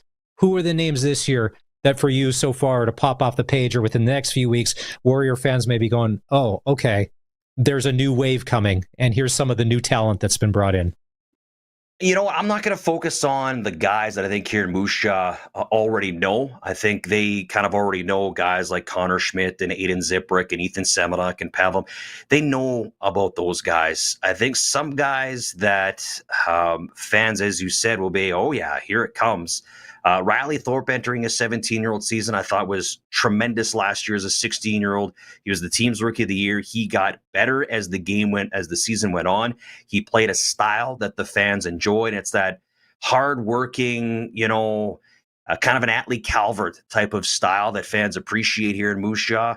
Matthew Lajoie, who was acquired from the Victoria Royals, this young man is got speed. He's got skill. I think the more familiar he gets in the Western Hockey League, the more dangerous he's going to become. On the back end, Cohen Williams is a guy that he can play that steady stay-at-home game. He's not going to flash and dash you, but I think as he gets older, the better he's going to become. And to me, another guy to watch is Colt Carter. And at 16 years old, on the back end, this young man has a ton of potential. I don't want to overhype him. I just want to keep him grounded. But this young man had an amazing training camp. He had a great preseason. He plays defense, but he'll frustrate people defensively because he's up the ice a lot. Right? He's one of those offensive defensemen, one of those new age defensemen that trusts his speed to get back into the play. But when he's making plays in the offensive zone, Maz, watch out. This young man has got a ton of potential to be very elite in the Western Hockey League. He's only 16. He's got to grow into the league, but he's got a very, very high ceiling. Voice of the Warriors, James Gallo. A couple quick ones here to wrap. Who's got the nicest broadcast booth in the Western Hockey League, in your opinion? Oh, you can't say yours. This is all road situation. All road, hey. In the whole league or just the conference? Let's go league. League. Ours has best sight lines, so we're out of the equation. I'd say my favorite is probably Prince Albert. I love being on top of the penalty box. I've just about got hit with pucks like 3 times in 26 years, but it's awesome. I love PA's booth. Everett's is pretty good. I like Everett. You're kind of in the mix there a little bit. Just trying to think off the top of my head. Calgary's kind of neat. I like Calgary's. It's got a little bit of heritage behind it. So those would be some of my favorite ones, I'd have to say. Those ones sticking out. Those are some pretty good barns, I think, too. If the only thing you're getting hit with in Prince Albert these days is a puck, I think you're coming away lucky. And then our last one here before we wrap, because I did 6 games of Western Hockey League play-by-play. And I didn't experience many road meals, but there were a few good ones. What is your favorite meal on the road or stop, restaurant, whether it be that you look forward to be like, ooh, I cannot wait? For me, for whatever it was, that Earl's in Lethbridge after the game, ooh, that hit the spot. Although we got blown out and Todd McClellan, we had to sit in the dark on the way home. There was no movies because he was mad at everybody because it was a 6-0 shutout. But whatever. He just went on to coach like a million NHL games. But what did I know? I'll tell you, I enjoy when we head, not a post-game meal, but I enjoy when we head out south because, right, when you want certain meals, certain places of the country and of the world do it right. And not to say that this stuff is poor in our province, but to have sushi out on the West Coast is pretty good, right? Victoria's got amazing sushi. Everett's got amazing sushi. I know with my body structure, you wouldn't think I eat a lot of sushi, but that is the case. I do love it. Post-game meals, we eat a lot at the rink. You know what? Louis D, my boy in Swift Current, he's got a post-game meal of pizza and ribs. That's probably more the meal you would accept for a guy with my body structure, and it's fantastic. It's glorious at times. It's like the ribs are amazing, and you just pile it down. James Gallo, Tourism Moose Jaw. If you're listening, we have a moose. We're the band city. We're not great at sushi, and we're okay with that. Have a great I wouldn't call say tonight, that. James. Hey, there's some good sushi listen. in Moose Jaw, but I'm just saying, right? If you want beef, you got to go to Saskatchewan, Alberta. But I know. I lived in Moose Jaw. I know our strengths. I know our weaknesses, and I'm going to say that that's not one of our strengths. Have a great call tonight. We appreciate it. Let's do this again as the season rolls on. Anytime, Maz. Appreciate it. Enjoy the rest of your weekend. Nelson Homes is having a summer blowout sale on quick possession homes that you don't want to miss out on. Get free delivery anywhere in Saskatchewan on select in-stock show homes and spec home RTMs. For more information, visit their website, homes.nlc.ca. Or for general information, call 1-800-661-6534. That's the Nelson Homes Summer Blowout Sale. Nelson Homes, trusted quality and service since 1949. The Regina Thunder NFL Lottery is back, and tickets are available now. Each $20 ticket gets you the chance to win up to $500 each week of the NFL season. That's 18 chances to win. Tickets are available until October 6th, and you can still win for the weeks already played. No